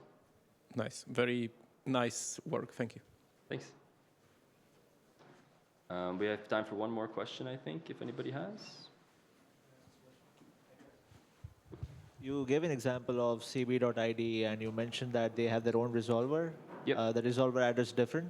So does cb.id need to be renewed, make a payment and renew like we do for .e domains? No, so cb.id is kind of a combination of like using DNS and ENS and using off-chain names. And so as long as they have the domain, the DNS domain cb.id, they don't have to pay any fees to ENS at all. and they issued effectively 4 million names for free. Got it. Thanks. Yeah. Cool. I think we're out of time.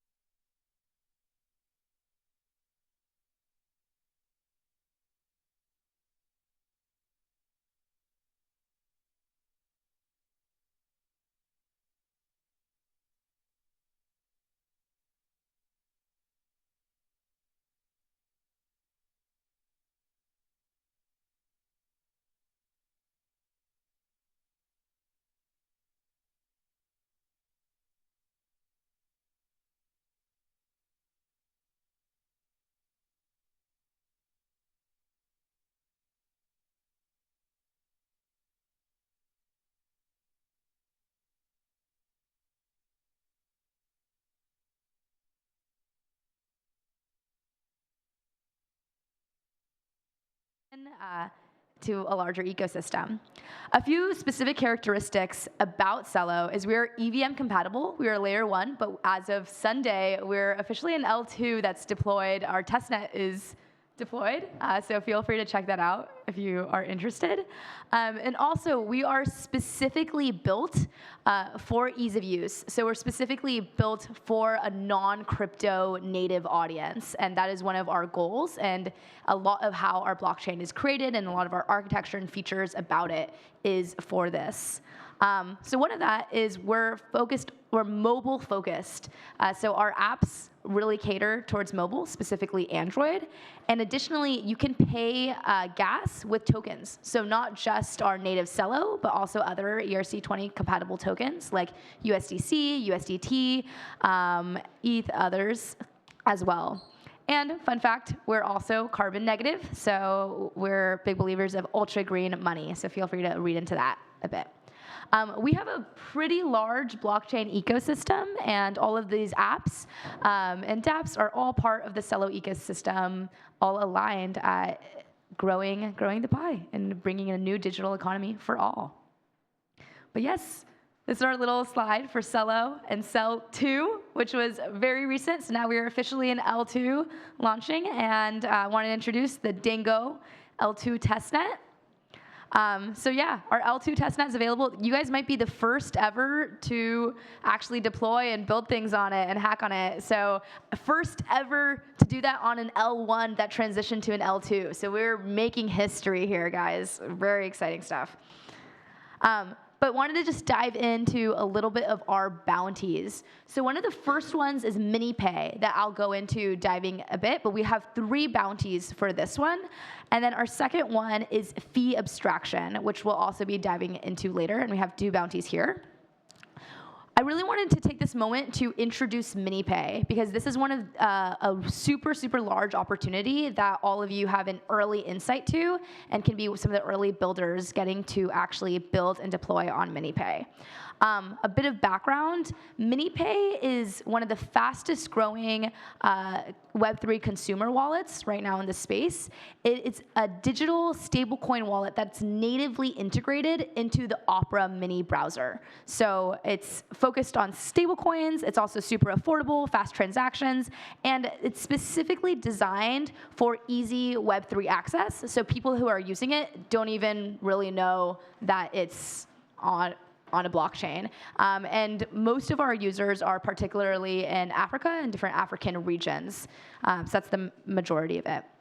But why? What does this mean for devs? Why should you build on MiniPay? What this means when you deploy your dApp onto MiniPay and use this wallet is you have an access to 100 million daily active users that are natively always coming to Opera, the Opera browser. So these specific users can have access to your app. So you have a giant distribution channel right off the bat, which is pretty rare for Web3 apps and Web3 dApps in general. Also, seamless user access. Because the users are already integrated into the Opera mini browser, it's really easy for them to onboard into your app, and that really removes the typical hurdles, like logging into MetaMask kind of sucks sometimes, guys, I know. And reduce customer acquisition costs. Having a built-in audience, you can just deploy compared to traditional Web3 channels. And fun fact, we have about 10K new, I think 10 to 20K new users each day. That's pretty much how we've been steadily growing. So that can be for your dApp as well. So it's a huge opportunity, and we're really excited to have you all here to begin being part of this. We have 3 million strong. We have 3+ million wallets, and we just launched. So this is pretty cool. We're going at a super fast rate. Definitely check it out. Do we have time for this? Okay, yeah. Wanted to also talk about pockets. This is a little bit if you want to. This is on MiniPay, so this is an example of something that was able to be created, and it's a super, super simple way to do swapping. So see here, if you want to. You have all these different assets and you want to swap them like USDT, and you can just go wee, and now, so that's like an example of like things you can do on MiniPay. And so we really focus on this like seamless integration, like account abstraction, and just making it really, really simple for non-crypto native audiences to use. Cool. Oop.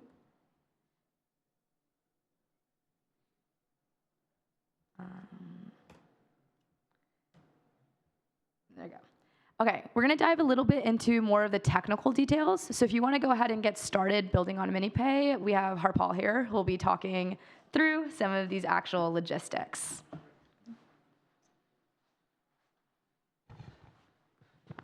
GM everyone, Harpal here from the DevRel team.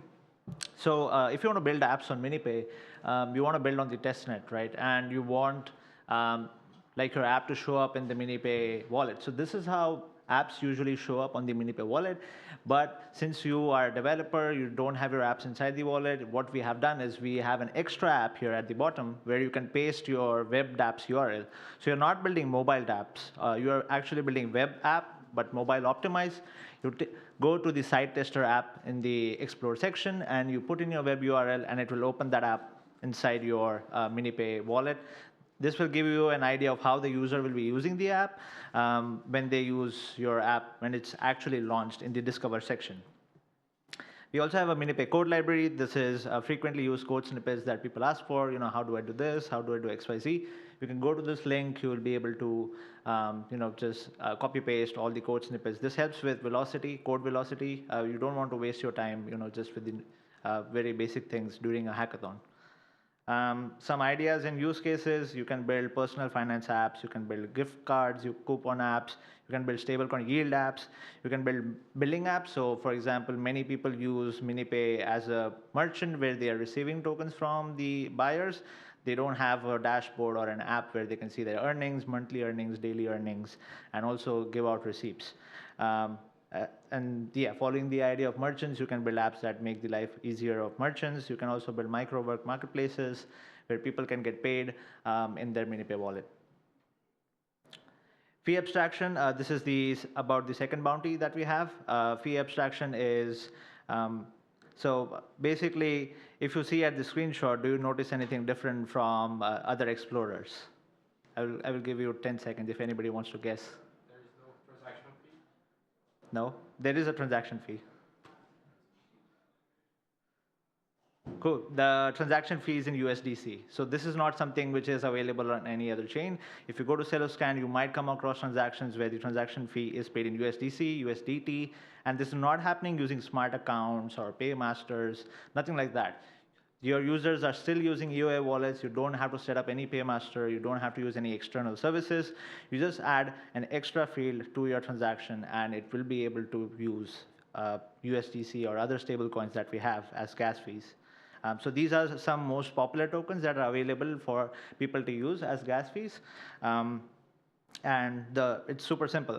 This is the normal Ethereum transaction object. All you have to do is just add an extra field called fee currency, and you just specify the address of the fee currency, and that's about it. Now you just send the transaction to the RPC node, and the user will use their stablecoin tokens to pay for gas.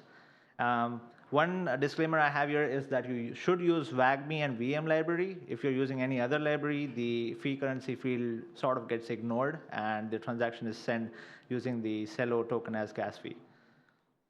We have a guide as well in docs, so feel free to check that out. If you search for fee abstraction or fee currency, you will land on this guide, and you'll be able to see all the instructions on how to go about it. So yeah, let's do a demo now. Where's the terminal? So I have a demo here, which is already running. So yeah, here.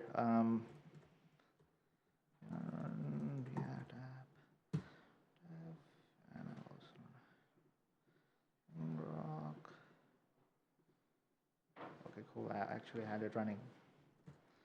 I have to do. So MiniPay app, if you're building dApps on your laptop, you want to share your local host with your phone, right? So for this, you can use tools like ngrok. There's also Cloudflare tunnels.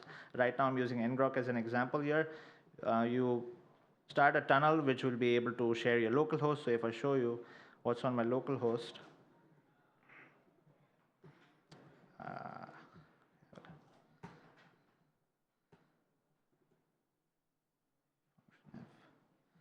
so if I go to localhost, this is, okay, let's just open it up in the MiniPay app. So this is the MiniPay app. This is the app that you install on your phone. In your Android device, it shows up like this. And the first thing that you might want to do is go to your profile here and, enable developer settings. So to do that, you can go to the About. You can tap on the version number for 10 times, and you will be a developer. When you go into developer settings, you can enable testnet. This is how you can, run your dApps inside the MiniPay wallet with the testnet enabled. So when the wallet connects, it connects to the Celo testnet and not the mainnet. Now, if I go to site tester, you come here and you just paste the link of your dApp here. If I go. So this is a disclaimer from ngrok. Whenever you open it up for the first time, you'll get this. You can click on visit site.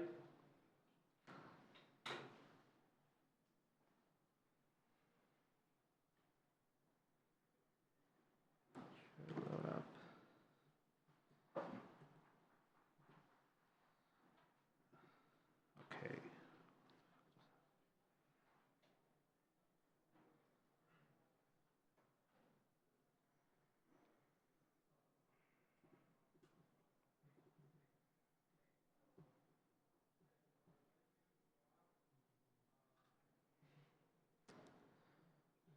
Just going to restart it again.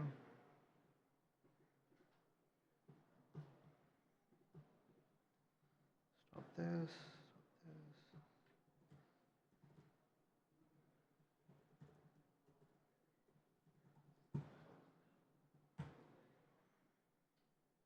Make sure this is running on localhost.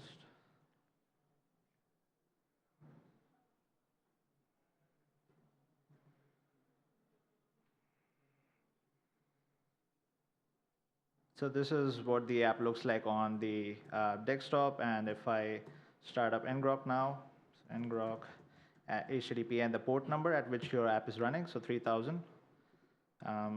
This is running on 3000, so we put in 3000 here as well to open the tunnel. We copy this link here and we paste it here and hit go. Visit site.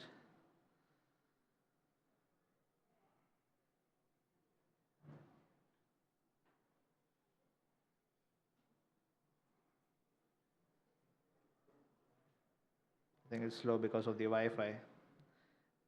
Basically, what I wanted to demo is that when you click on this send one USDC button, you send a transaction where you're sending USDC to a wallet. And when you do that transaction, okay, so it worked. Let me just refresh it here.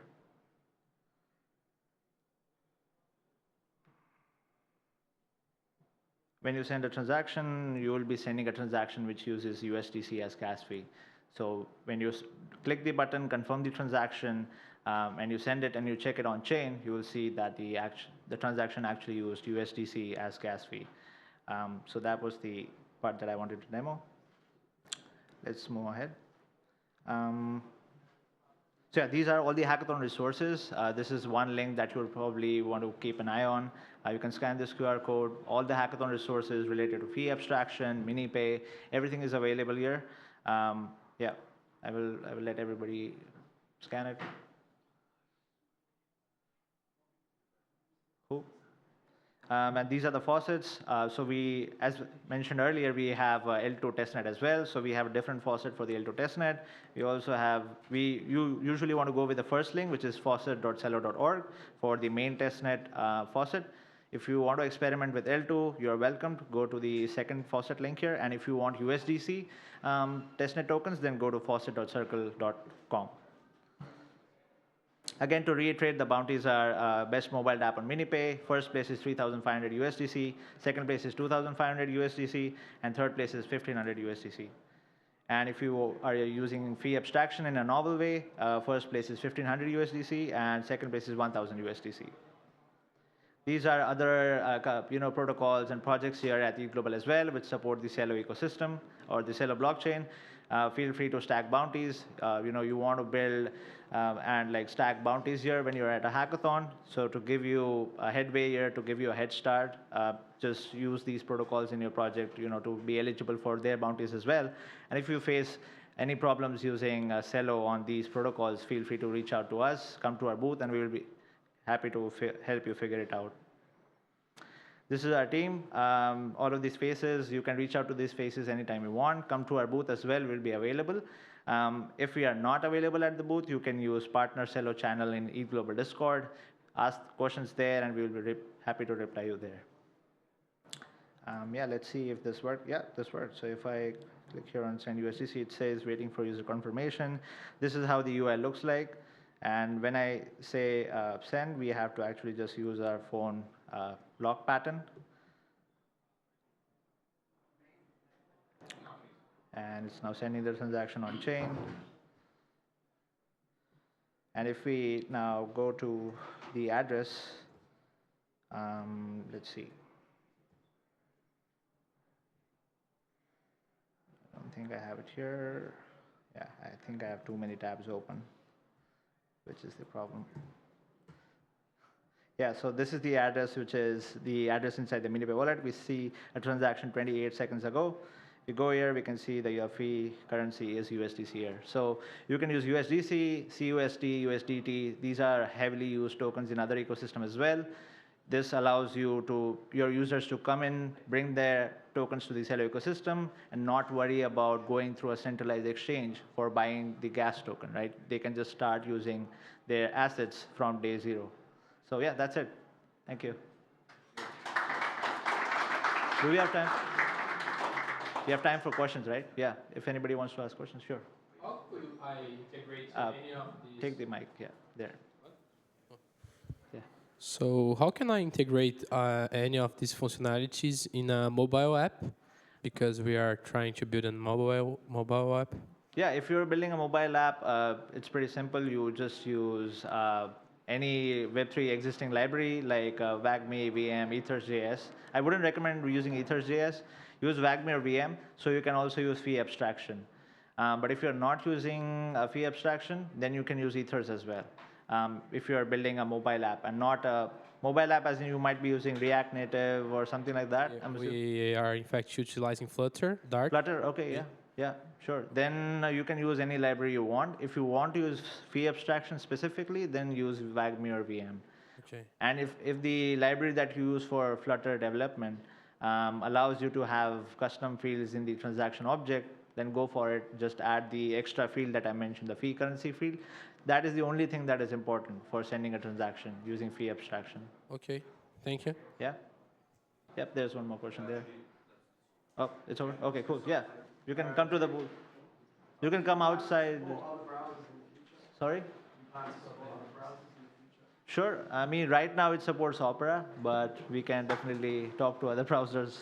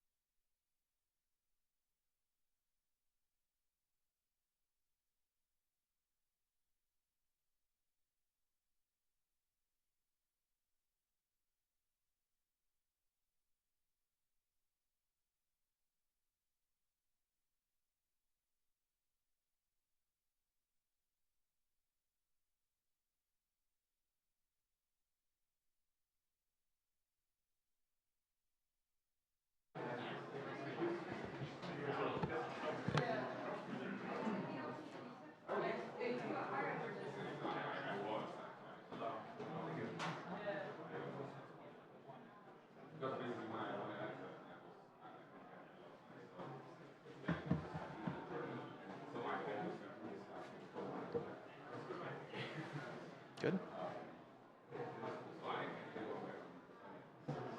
All right, hello. Thank you all for coming. All right, good to go? Yeah. All right. Hey, everyone. My name is Carl Fluke, and today I want to talk about Base and our product, Smart Wallet. So the agenda today is I want to give a quick highlight to just what is account abstraction in general and what is 4337. So most of the time when I get questions about Smart Wallet or account abstraction in general, it comes down to some of this introduction points. So I always like to do a one-on-one on that. And then I want to talk about Smart Wallet, which was an upgrade to our Coinbase wallet to a V4 that now has a passkey wallet built in. And then lastly, what updates to Base are very relevant to this that happened 2 or 3 days ago. So first, when I say account abstraction here, I am following the Ethereum definition, which is account abstraction is a way to solve these problems, and they have like a list of 6 of them, but they're just truly talking about an EOA. That seed phrases are hard. and all the intricacies around that.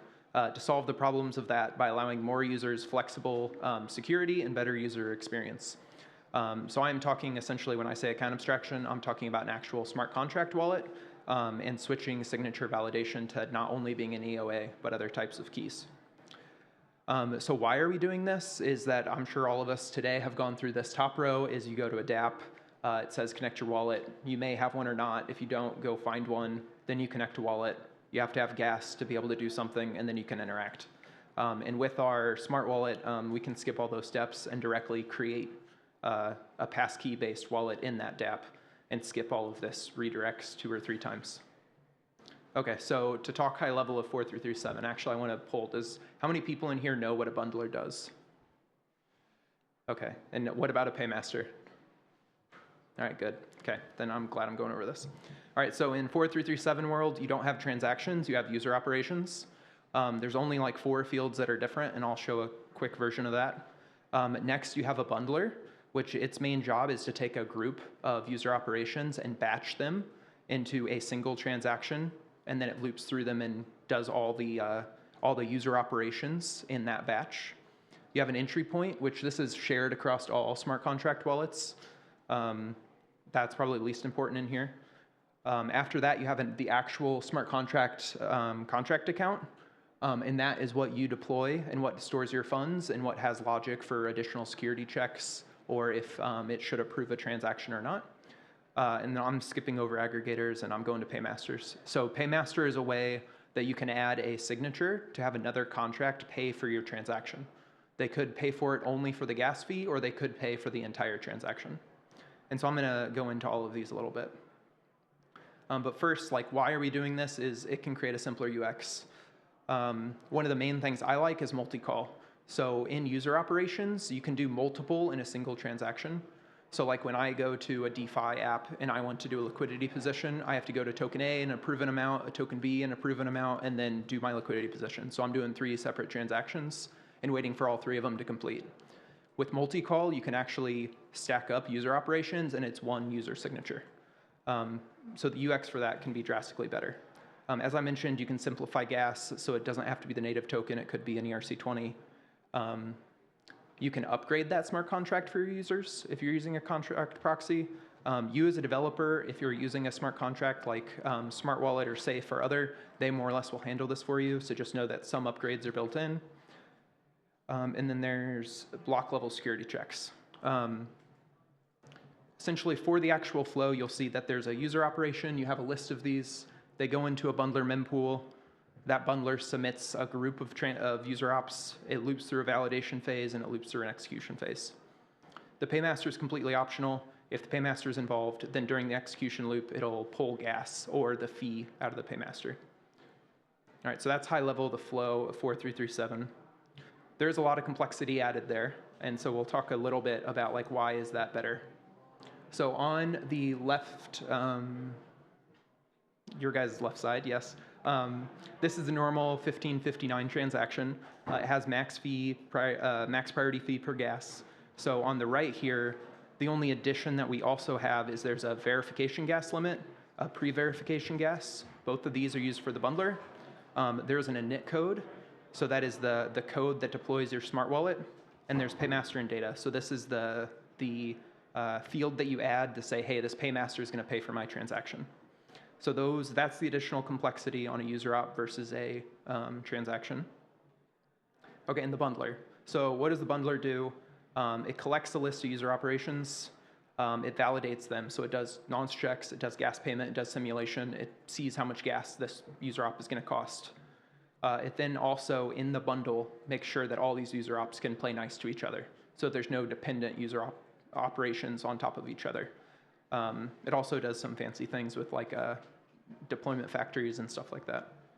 And then lastly, it has like a reputation system to avoid poisoning of bad user ops.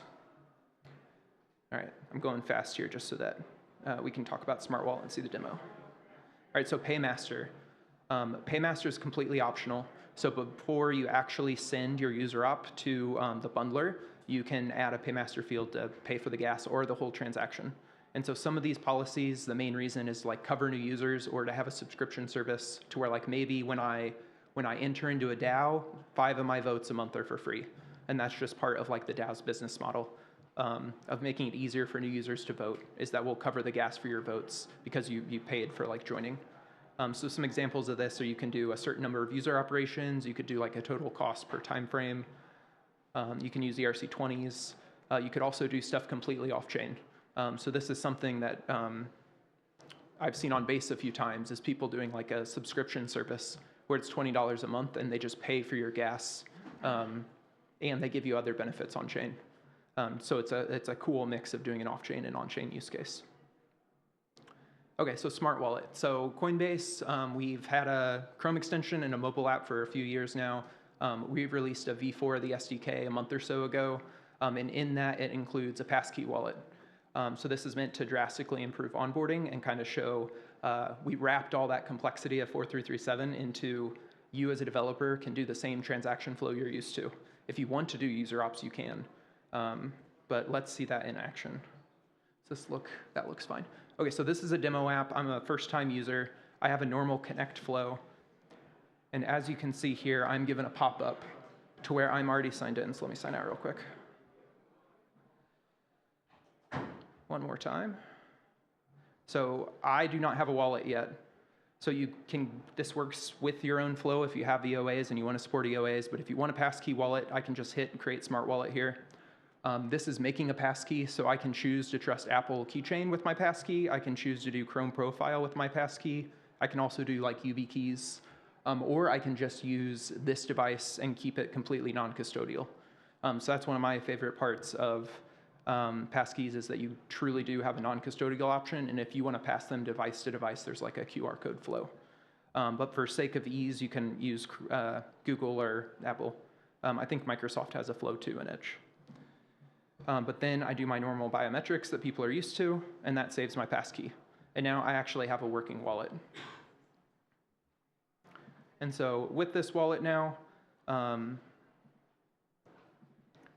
we won't show the Block Explorer. Essentially, I can mint transactions, and some differences here in Smart Wallet are that you'll see that I have a sponsored by Base here. So I have a paymaster. There's a new spec in the Smart Wallet that when you initialize WAGMI or VM, you can say, hey, here's my paymaster URL, here's the name I want to give it. So if I want this to be like MoshiCam or Uniswap or whatever app, you can specify who is actually paying for my fees. The other big thing I want to call out here is that there is payment methods. I'm not going to run through this because I have to do 2FA and stuff because I'm in a different country. But I can pay with my Coinbase retail balance. So that's the other big benefit, is that if I'm a current Coinbase user, I've never set up a wallet or done stuff on chain, I can actually use my balance in my retail account directly on chain. And I can go through kind of dev docs on that make more sense.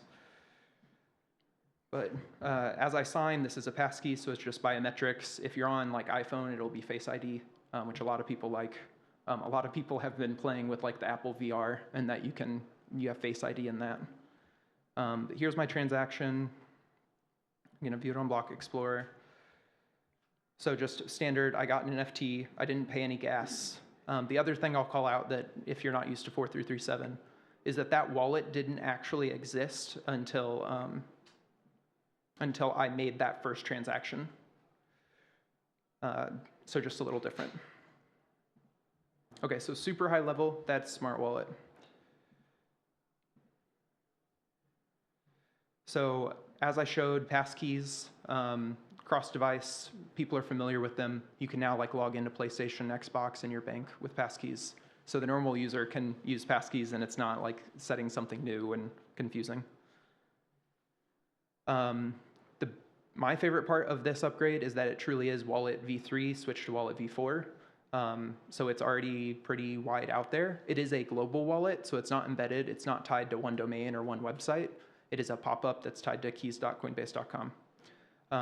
It is also cross-chain, so it's not only on Base. It's on 6 to 8 chains. I'll double-check when I pull up the docs.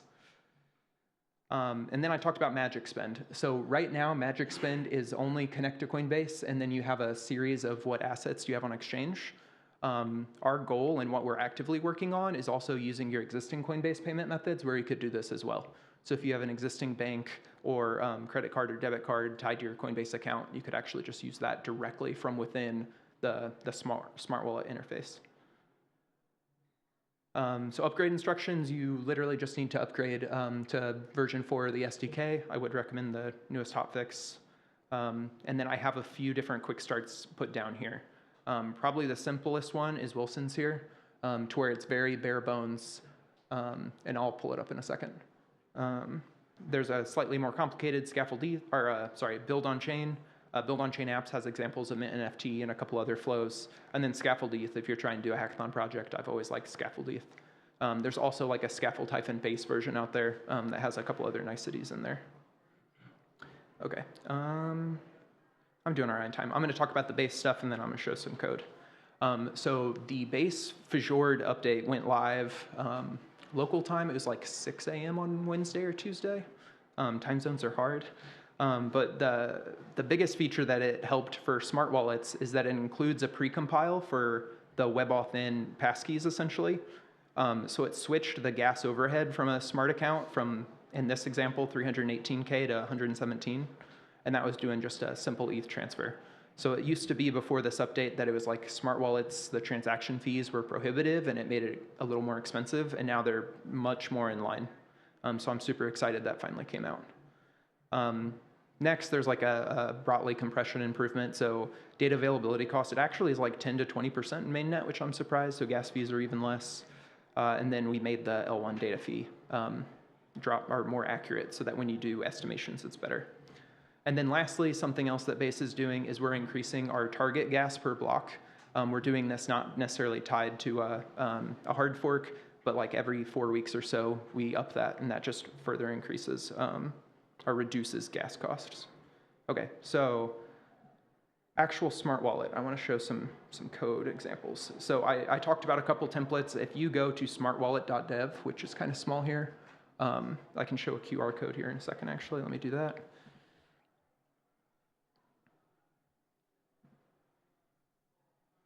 If that works. This website is kind of like, has a whole bunch of code examples. It shows you how to get started. It shows you 2 different templates. It's a great starting point. I'll give that a second.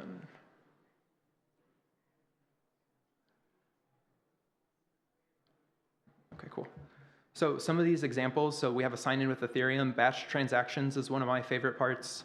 So just using WAGMI, this walks through that essentially there is a check called use capabilities. And if you have a capabilities called atomic batch, then if you send it a array of transactions, so in this example, it has an ABI for SafeMint to an address. And then when you use WAGMI to write contracts, you can actually just give it an array now to say, hey, I now want to call SafeMint on 2 different NFTs. And I can do that in 1 signature rather than multiple. So this is super simple example. If you're doing a DeFi, this would be approve token 1, approve token 2, actually do your liquidity. Or anything that involves like a flow of transactions you can do as user ops and have multiple. So for UX, I think that's like a major improvement. Paymaster, this is another one that this example is a little more complicated, but Paymasters, this is an example that shows you can literally program it to be whatever you want it to be. So if I essentially just look at this one, if you want to see it, it checks that you are using Coinbase smart contract or smart wallet, and then it's checking if you're calling a specific function on a specific contract. So like if I only want to approve the mint function on my NFT rather than like all the functions like transfer, then you can do that and you can do fancier things. Okay. Then I got like 2 minutes left, so thanks for coming. Does anybody have questions? Yeah.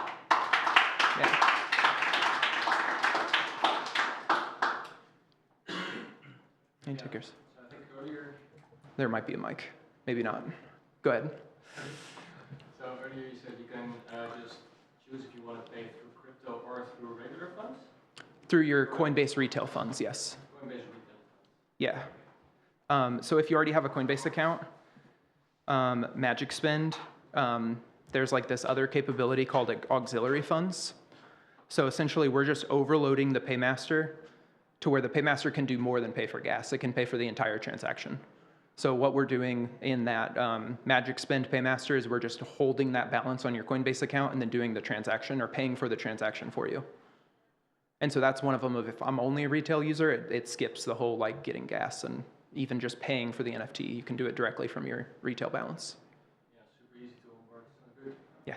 What's up? I think I resolved my question in my own head, but it was about paying for things and understanding like what you're spending on gas versus the transaction for tax purposes. Yeah, so when you actually do the function, it does break them out. So it does tell you, hey, here's the network fee. And this one I don't think has an additional fee. Otherwise, it would have another line at the top here. Or it may just not be big enough. Yeah, I think this one's just because it's free. All right. I think we're good on time. Thank you all for coming. Greatly appreciate it.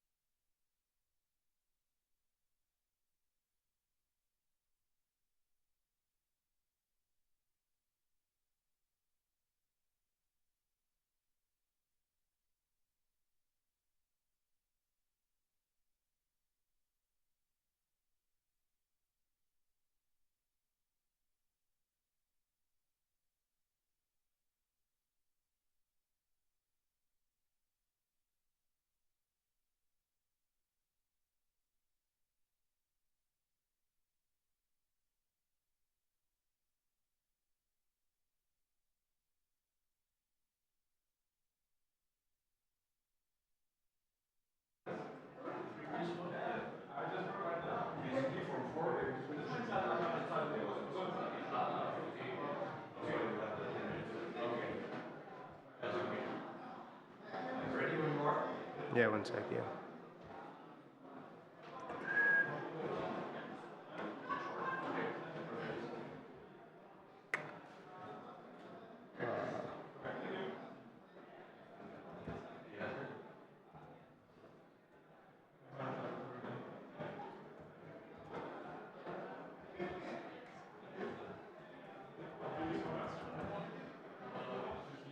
Okay.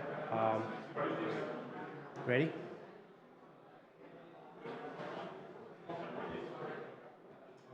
Yeah. Okay. Hi, everyone. I'm Robin, DevRel at Avail. Today, I'm going to be talking to you about how to build a rollup with Avail. But before that, I'm just going to go quickly to let you know about what Avail exactly is, so that we get some context about what we're actually doing here. Essentially, right, what are the challenges we're facing today in the rollup space? There's multiple rollups out there. Rollups are essentially trying to scale execution, but at a point after execution, DA or data availability becomes the major bottleneck for Web3 rollups and L2s.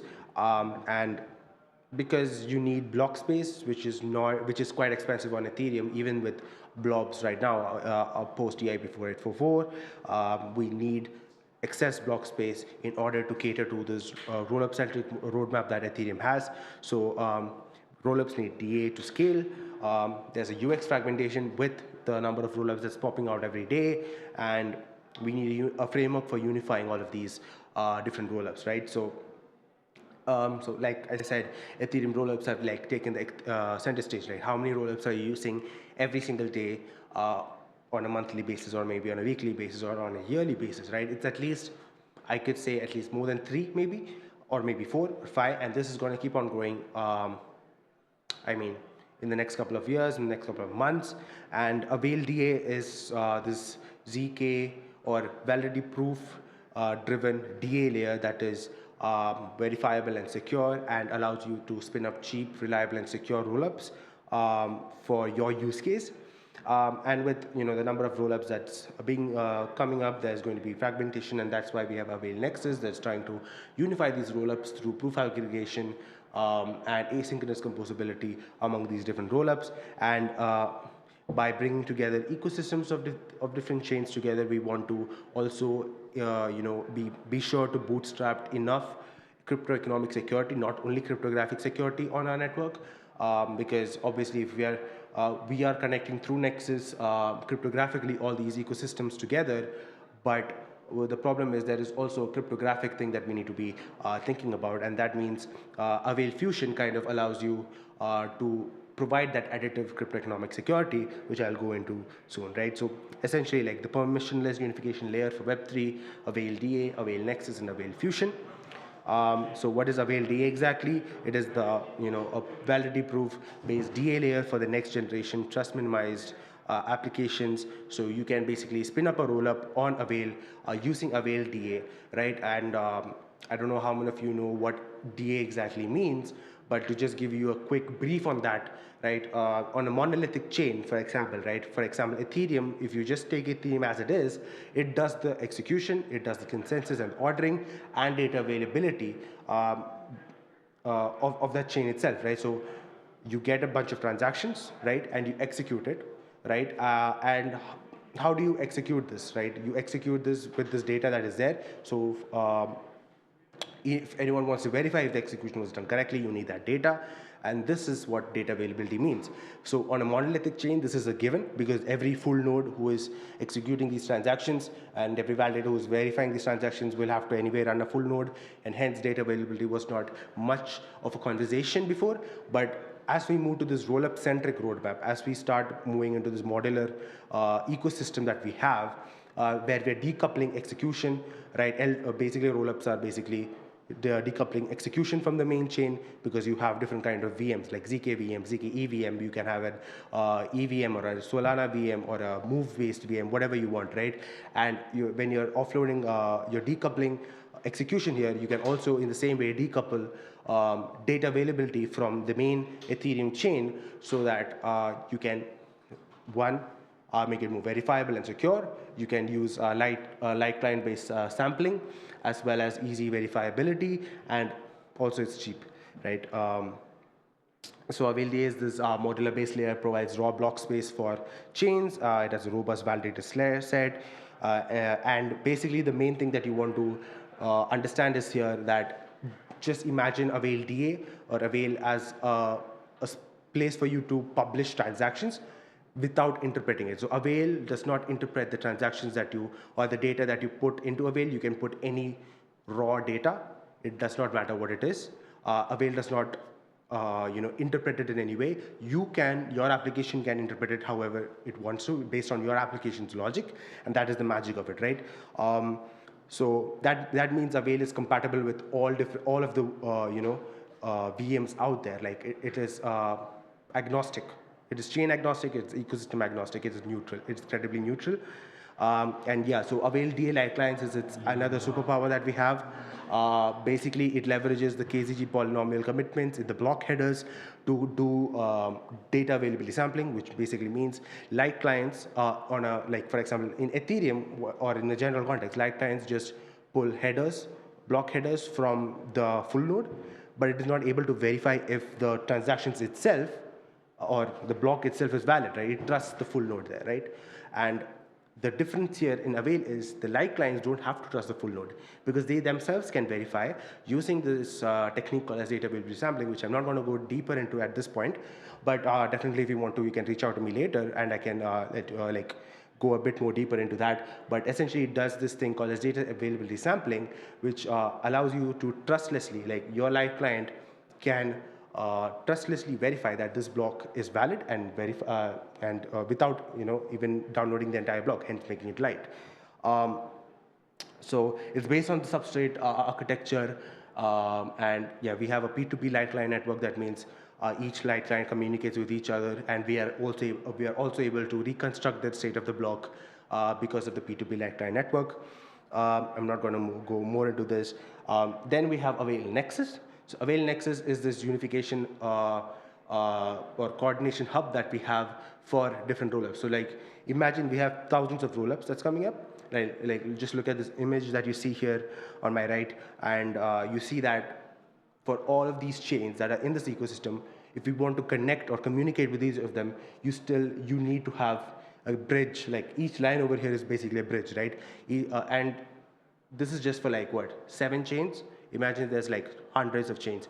You need to have a 1:n connection from your chain to another chain to be able to communicate with them, and that is a problem. So what does Nexus allow you to do? It basically gives you this one unifying coordination layer using proof aggregation to kind of coordinate among these different layers and verify the execution of the state transition function proofs of these different layers of these different chains, which you can use for basically enabling asynchronous composability and stuff like that.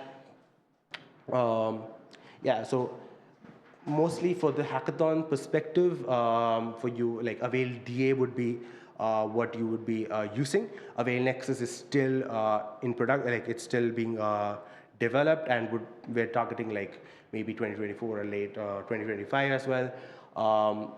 Yeah, so Avail Fusion is essentially a unifying layer, needs unified security, and because we are now, like I said, if we are unifying all of these ecosystems together, we need to have cryptoeconomic security guarantees as well, which is what Fusion allows by allowing you to like stake Bitcoin, Ether, and any other roll-up token that you want onto the Avail consensus layer, so that you can contribute to the security of the chain itself, right?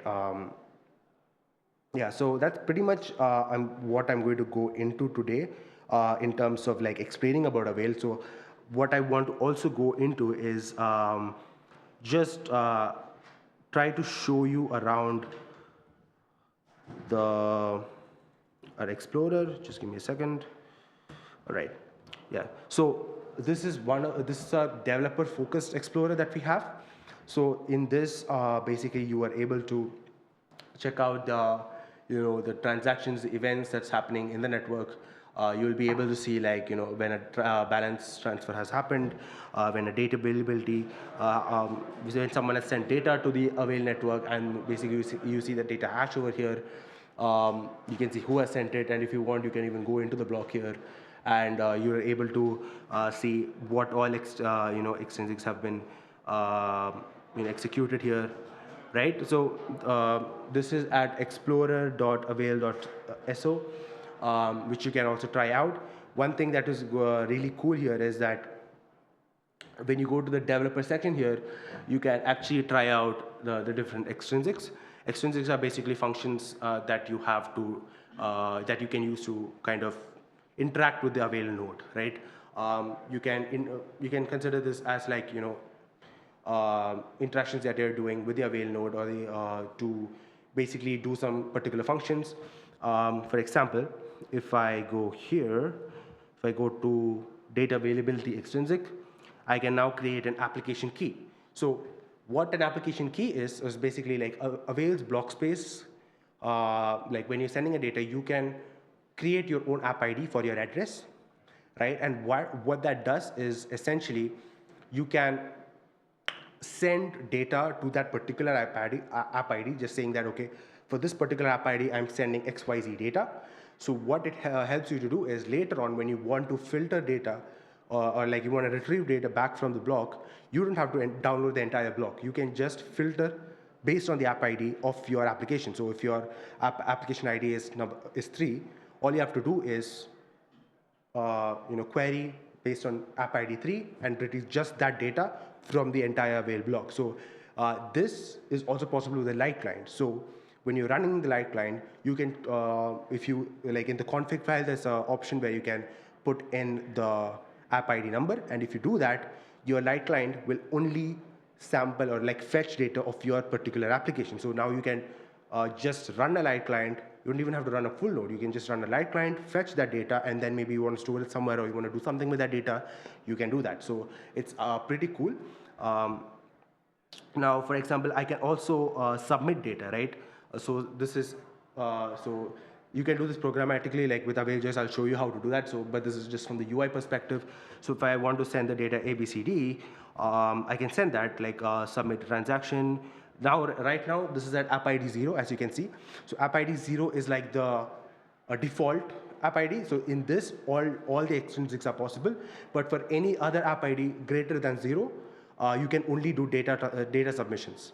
Right, so if you want to do a balance transfer, for example, you have to do it on 0, app ID 0, because that is where all of the extrinsics are enabled. But for anything greater than 0, you can only do data submissions. So right now I'm doing a data submission at 0, which you can also do because I haven't created an app ID. But if you want, I can show that also.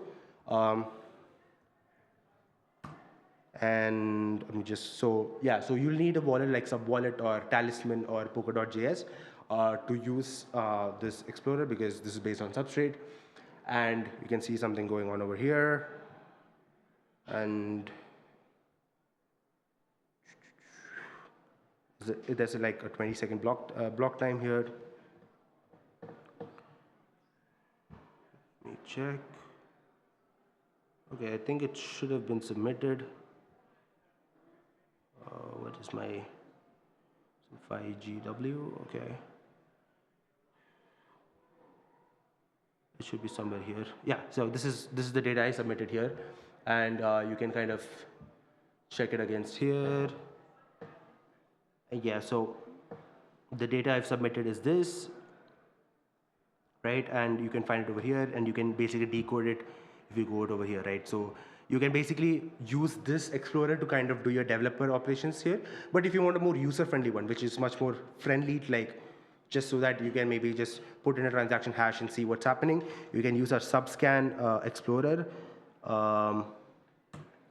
which is probably here. So this is at avail-turing.subscan.io. So this is our secondary block Explorer. It's taking some time to load. But yeah, basically this is the more user-friendly version, but it's not very developer-friendly. Like you can't like put in the extrinsics and test stuff out. That is for the other Explorer that I just showed you. But over here, like you can just put in the transaction hash. You can look at the extrinsics here. You can look at all of this data here. Like all of that is cool. But now what I wanted to show is, apart from all of this, there's the how do you program this, right? How do you interact with the Avail network directly with like JavaScript, for example? So we have support for JavaScript, Rust, and Go.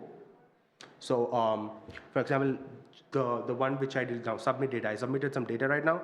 How does that look like in code?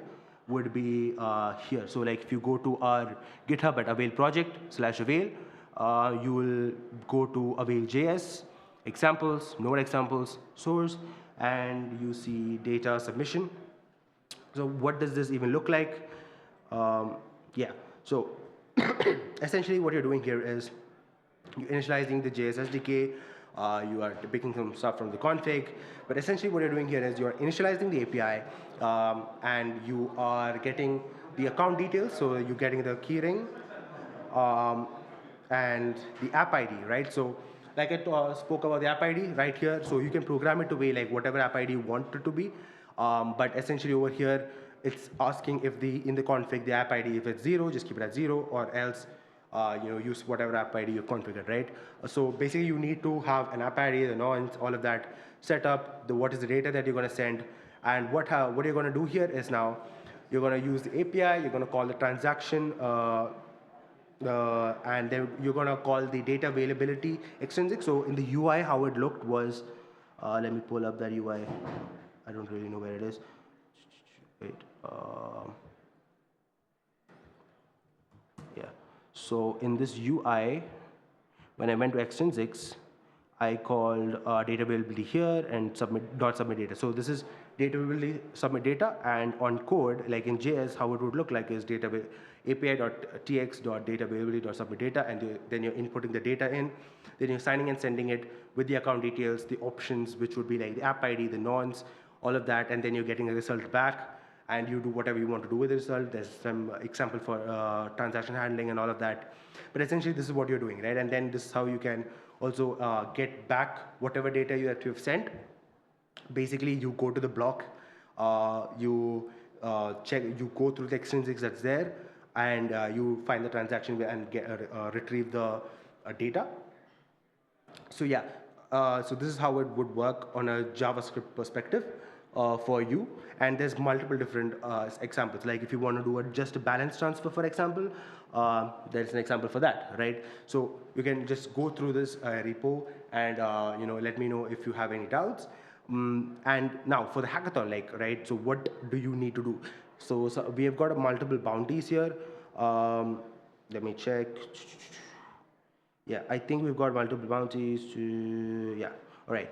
Yeah, so in terms of bounties, what we have is 1, best use of Polygon CDK, Arbiter Orbit, or Stacker SDK with Avail.da. So these are basically just frameworks where you can spin up a rollup. So you don't have to basically interact with Avail directly. You just have to spin up a rollup already. So Polygon and Arbiter already have their own tracks for CDK and Orbit. Now we already have an integration with them, and you just have to spin up our version of it, and you'll be eligible for their prizes and our prizes as well, which is pretty cool. And you can build any use case that you want. Stacker SDK is if you want to build like custom application specific chains, that is maybe like short-term micro rollups. Maybe like if it is like, for example, a game, right? If it is a game, maybe you want the game to maybe live only for the duration of the game. Maybe that rollup should only live for the duration of the game. And then after the game ends, maybe the rollup can be discarded away. If that is the case that you want to do, Stacker could be something that you can look into because it is easy to spin up and easy to discard. It is like an ephemeral rollup, basically.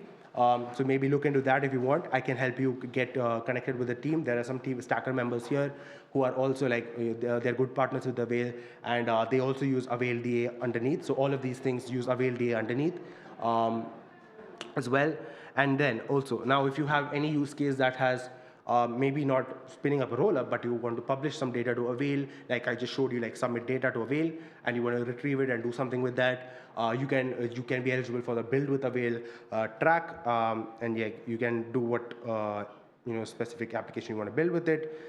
Also, if you are more of a smart contract developer, right, you don't really want to spin up a rollup, or you don't want to interact with the whale much, but you want to build some Solidity smart contract, for example, we've already deployed an OpenStack testnet rollup for you, where you can just deploy your Solidity smart contract, and so you can just deploy your dApp on that and be eligible for some prices there.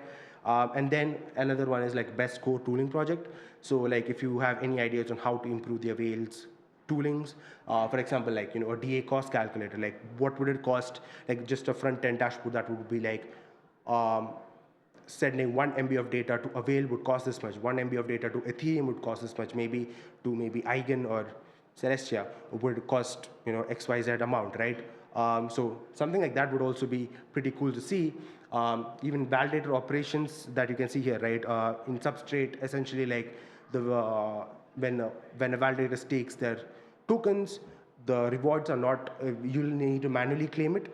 So maybe you can create a script maybe, or a dashboard for people to like claim it on a weekly or a daily basis, something like that.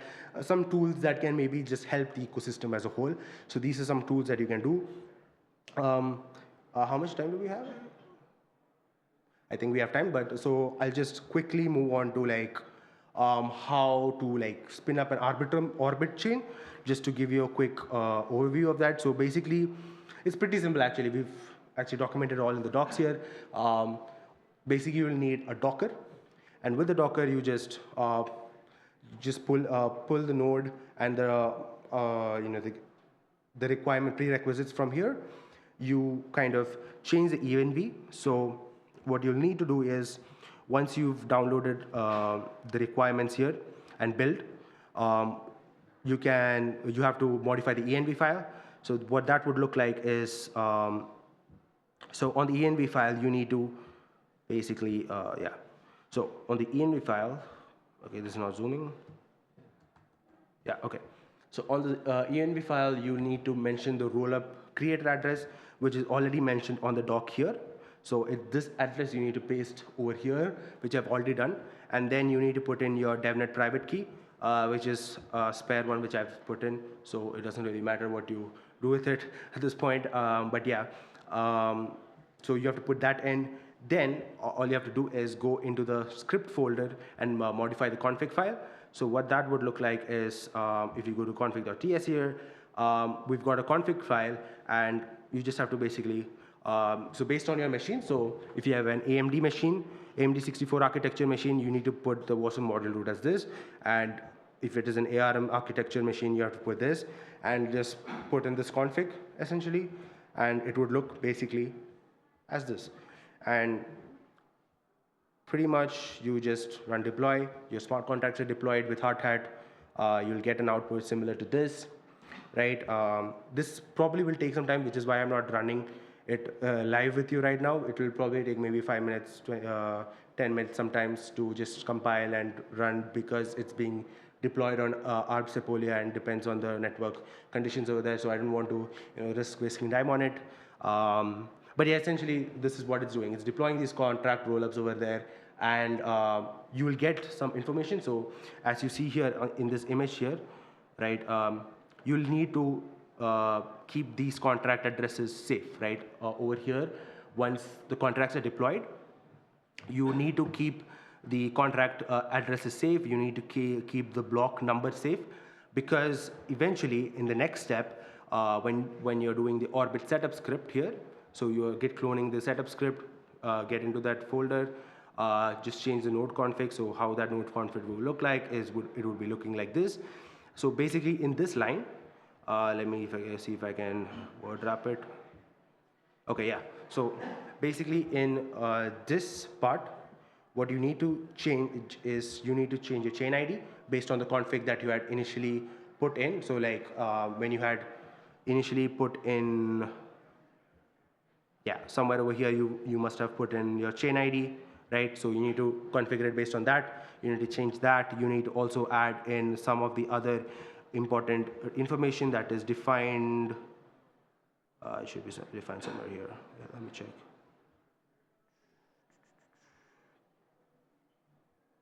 No, not this.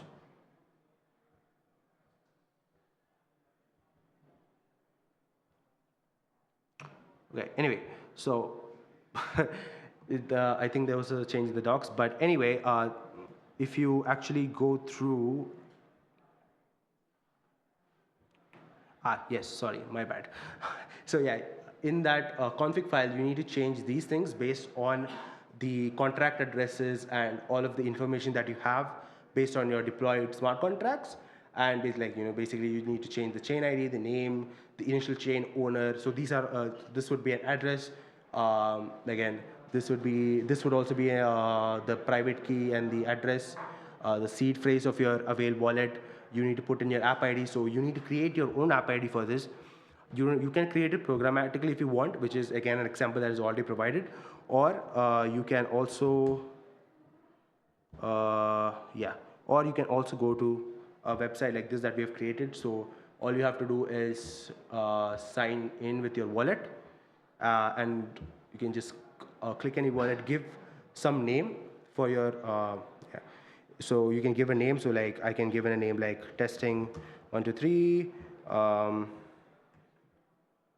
So I'm going to create an app ID for my particular wallet here. So I'm just going to create a app ID. Oh, okay, my bad. I had 2 transactions at once. That's why it's happening, but it should work. And then what would happen is you'll get an app ID here, which you would replace in your config in this. Right, so the app ID would be coming down somewhere. Yeah, somewhere around here, which you'll need to configure. So all of the details that you need to configure is on this documentation itself. So it has already listed the parameters you need to change, and then you just Docker compose up and it runs. So like this is basically the chain running at this point on Docker.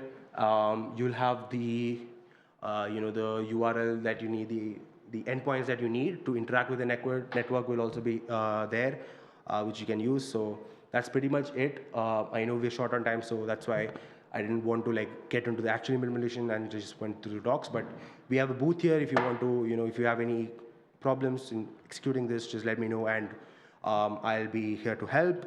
Also, yeah, we have a Polygon CDK docs also. It is not officially on the docs, but you can use this document as well. I've added it on the resources page of our prizes thing. So there's a hackathon dev onboarding cheat sheet where you can like find all of these documentations already listed out, so that it's easy for you to do it. If there's any questions, I can take it if there's time.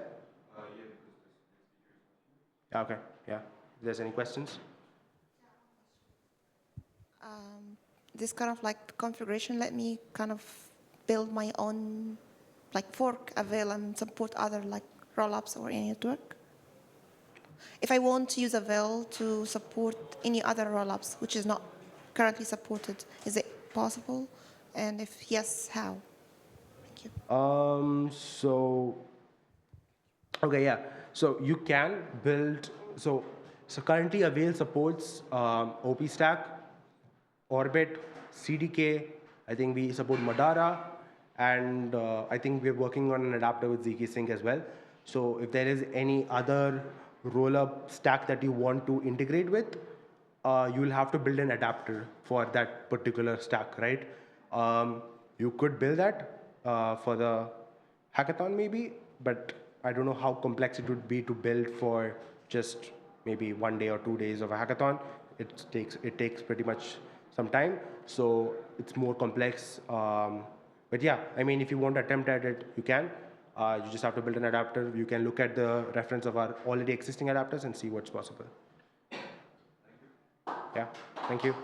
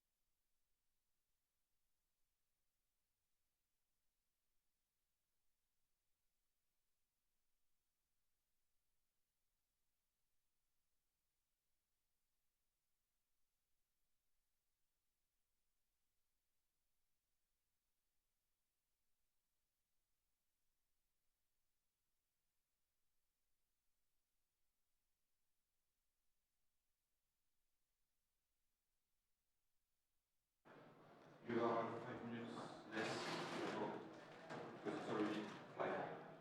Okay, I try to be quick. So, hi everyone.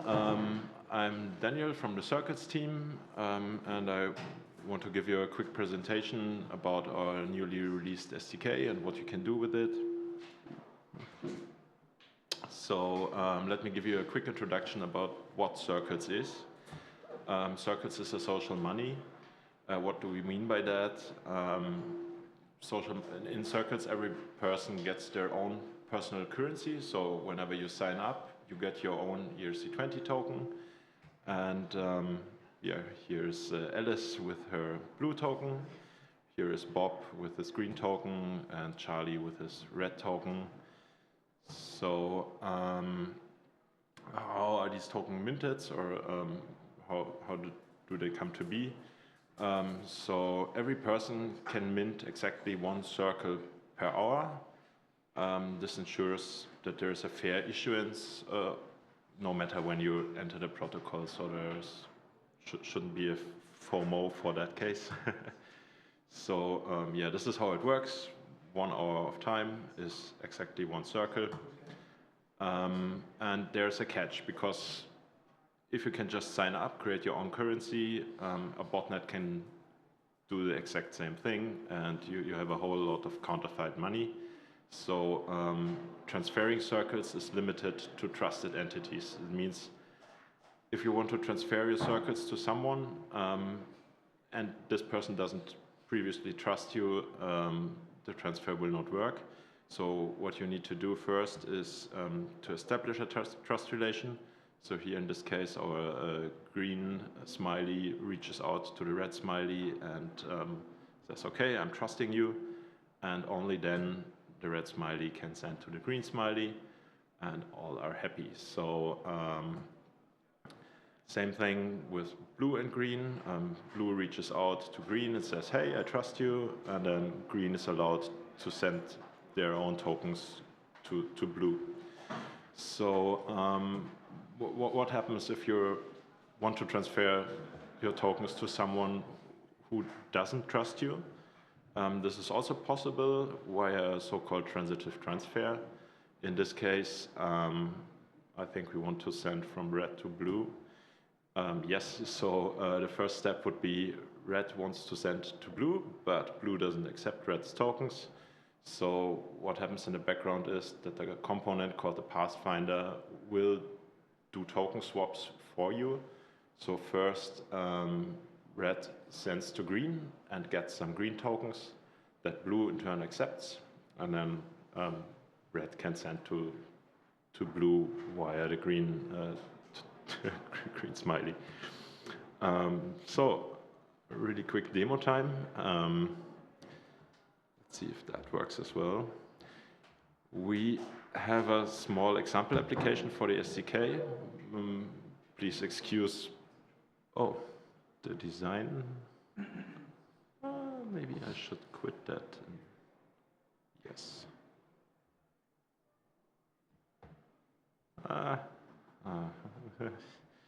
That doesn't seem to work. How do I get it to the screen? Maybe I change the settings. Sorry.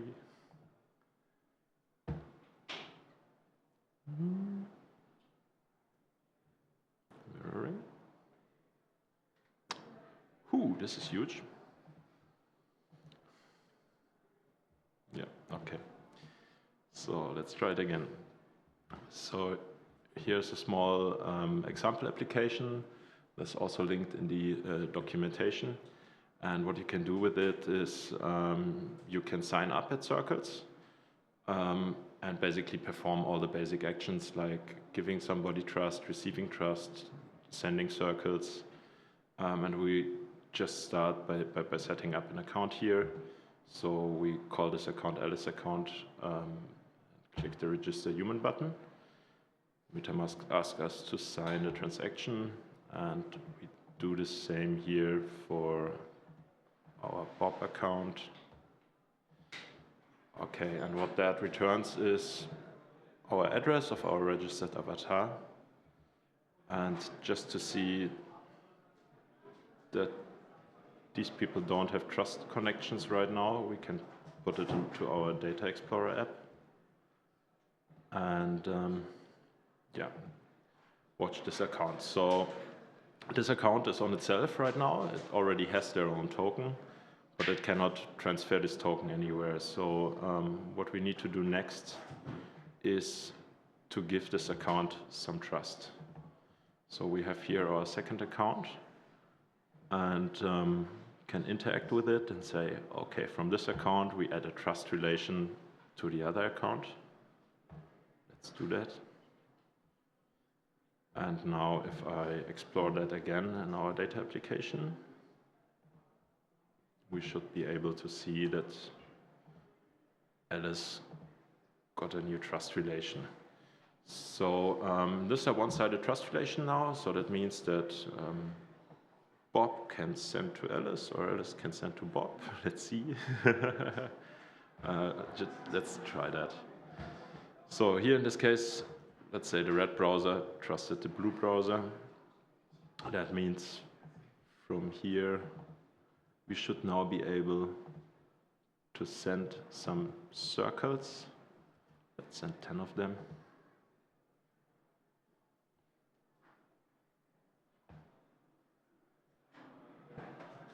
And should also be able to see that in the so-called transaction visualizer, which has a list of recently executed transactions. Maybe I have to reload that.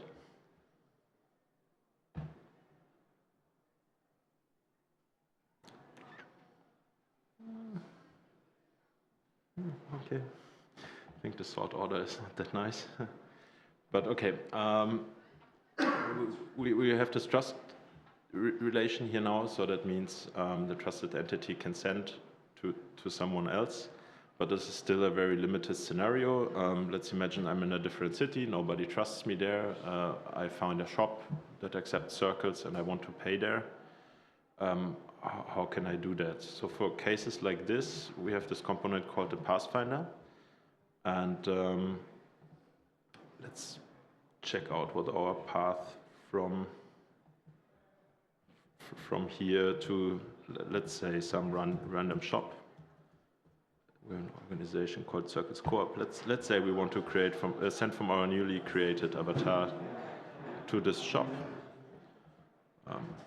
Well, here is the mistake. Come out to completion. Okay. That didn't work. Yep, it should autocomplete, so now it should work. So this didn't yield any result, so because there is no trust connection between the two of them, let's add a more established account in the mix. Let's just use my account for that purpose. And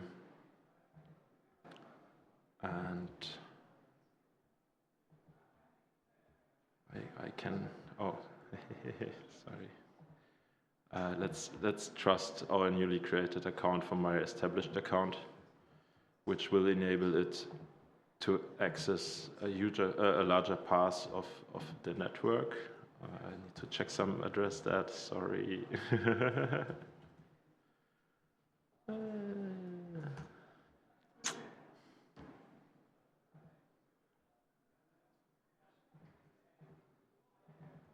Okay, let's try that again. This time it works. So now by adding trust from my established account to the new account, it should be able to access the rest of the graph, which we should be able to see here in our trust graph visualizer. Let's use this address again. And we now see it's connected to me. I trust this account, and that means that I'm accepting this account's circles now.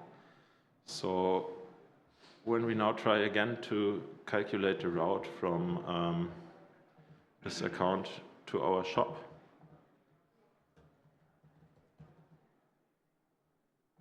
We should be able to send a much bigger amount than 0. Oh yeah, and we can see this is our newly created account. It's the sender or the source, and I became an intermediary. So what happens is this person's tokens are swapped for my tokens, and my tokens are accepted by the shop. And this way we can facilitate transfers between entities that are not directly trusted. So I think that's it for the demo. I'd like to point you to our SDK documentation. We have a small section about how it works. You can read about the issuance of the personal currency in more detail here. There are some really nice parts to it for which I don't have time to explain right now. There's also a concept of group currencies, which is necessary because since we have so many personal currencies, it's difficult to integrate that with existing protocols like market makers, DEXs, or whatnot. And for this case, you can wrap personal currencies into a group currency and treat them as one, which makes integration with existing protocols much easier. Yeah, then we have a quick overview about the circuit stack. So the base layer is definitely the contracts, but there's also some accompanying infrastructure like the Pathfinder and an indexer. So if you're interested in that, here you can find the links. And then we have an SDK finally with 3 example applications. So there's one very simple Svelte kit application. That's the one you have seen here, the one that has this great design. And there's also a fully featured Svelte kit example application that you can use as a starting point. It's linked here, it's called Secret Garden. And for the React devs of you, we also have a small React Playground app, which you can check out and just start modifying it. Yeah, other than that, our documentation provides a comprehensive guide, which you can really just go through and copy and paste to your project. Each step has a full example at the end for Svelte and React, so it should be easy to get you started. And that's it from my side. Let's go back to the presentation, and I quickly share the QR code for the docs here. And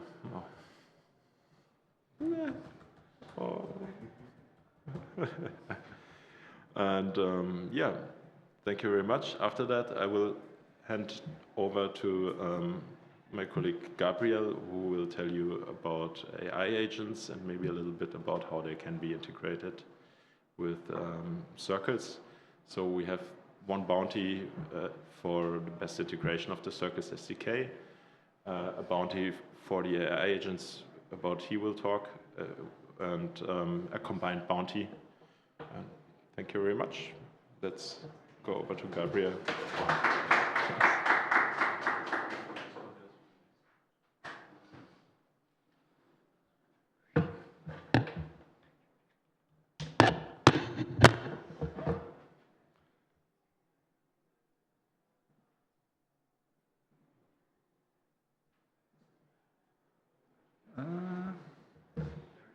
Not looking very good.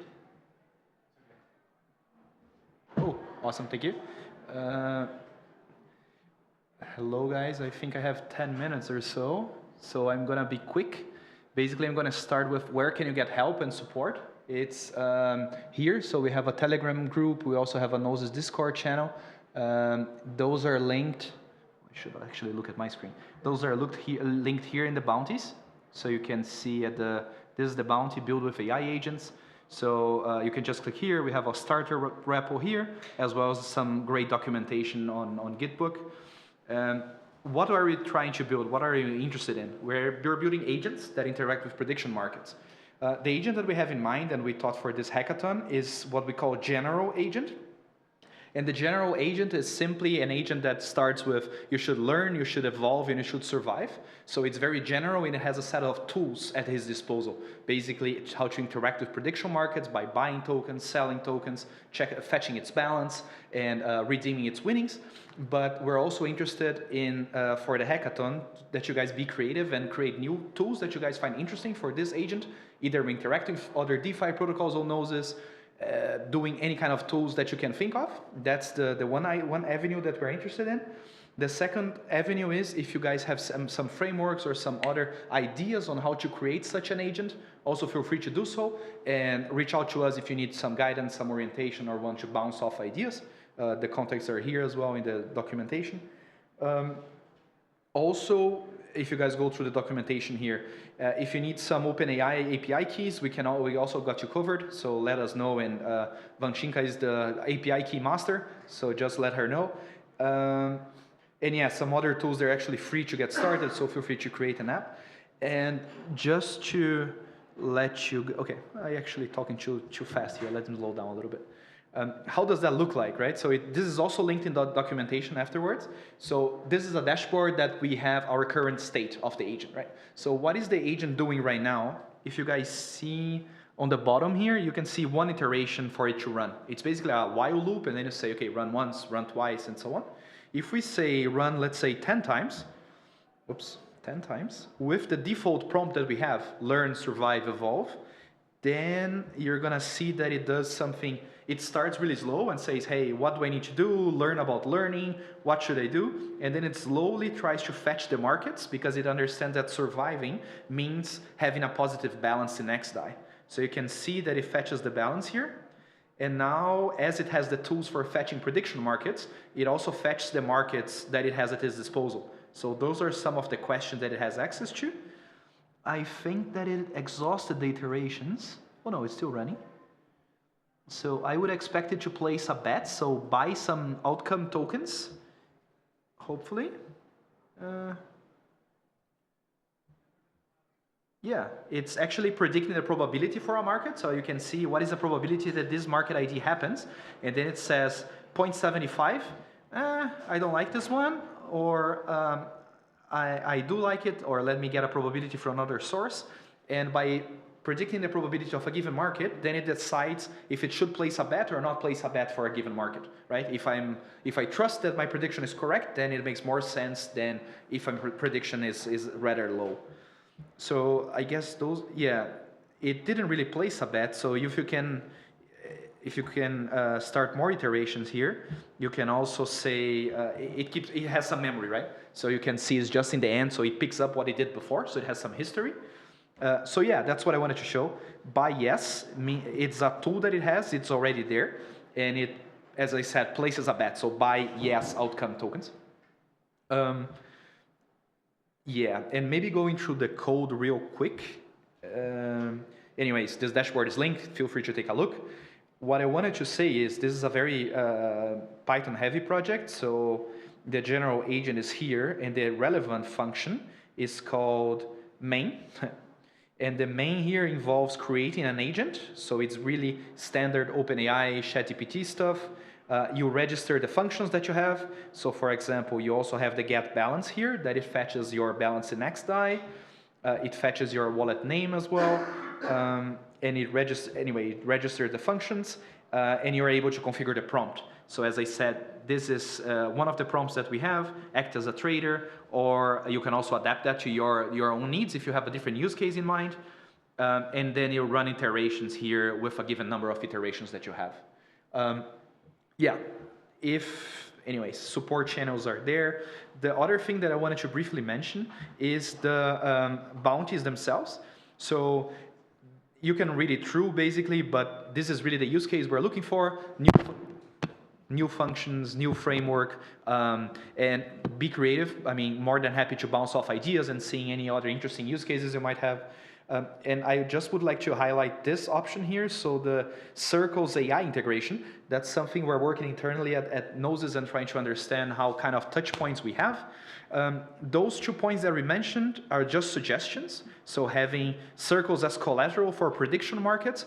So the bets that we were placing, they involved XDAI as collateral, right? As kind of bounty for the market, for the question. But you can also think of placing circles as collateral. What would that mean? That's also quite interesting. And the second use case is co-owning AI agents via circles. So it's nice to have an agent that belongs to you and it can conduct actions in your behalf, but it's also very cool to have an agent that belongs to a group, right? And you are also you're only entitled to that agent if you belong to a circles group, for example, if you belong to an organization, as Daniel was talking about, for example. What would that mean? That's the kind of second bounty that we have. Yeah, all the repos are linked in here. Just if you guys have any questions there, more than happy to take them. Otherwise, I think I'm through with my presentation. Please, yeah. Are you interesting some integration with social fi forecaster agents? With social fi, sorry? Yeah, social fi, like forecaster and agents. Would also be interesting, yeah. We haven't worked in that direction, but I would be curious to see something like that, yes. Yeah, please. Do you have like kind of like slashing implemented if there's bad actors that like already trusted your token? That is a great point. There is, I think the Circles guys are better able to answer that than I am, but there are kind of, let's say, measures in place to not allow you to kind of break the system and having, let's say, a double you and somebody else that you're actually one person with 2 wallets. That's actually built in the Circles protocol, in the Circles system. That is not, so in order to not allow that to happen. Yeah. Does that answer your question, or? Kind of. I have like, maybe I can talk to someone. I want you to. Please, yeah. Yeah, feel free to reach out to the team afterwards, yeah.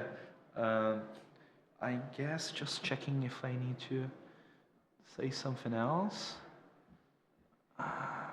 No, I think the getting started is also here. Yeah, so it's, as I said, very Python based. I also recommend using Poetry and PyEnv. That's the easiest way to install dependencies and everything to make them local. And also deploying agents to make it not really local, but also live. I like this package Modal, which lets you deploy functions on chain. Not on chain, but deploy functions like a normal cloud offering. So that's very easy to get started. Yeah, and feel free to reach out if you have any trouble there. We'll be around. Thank you.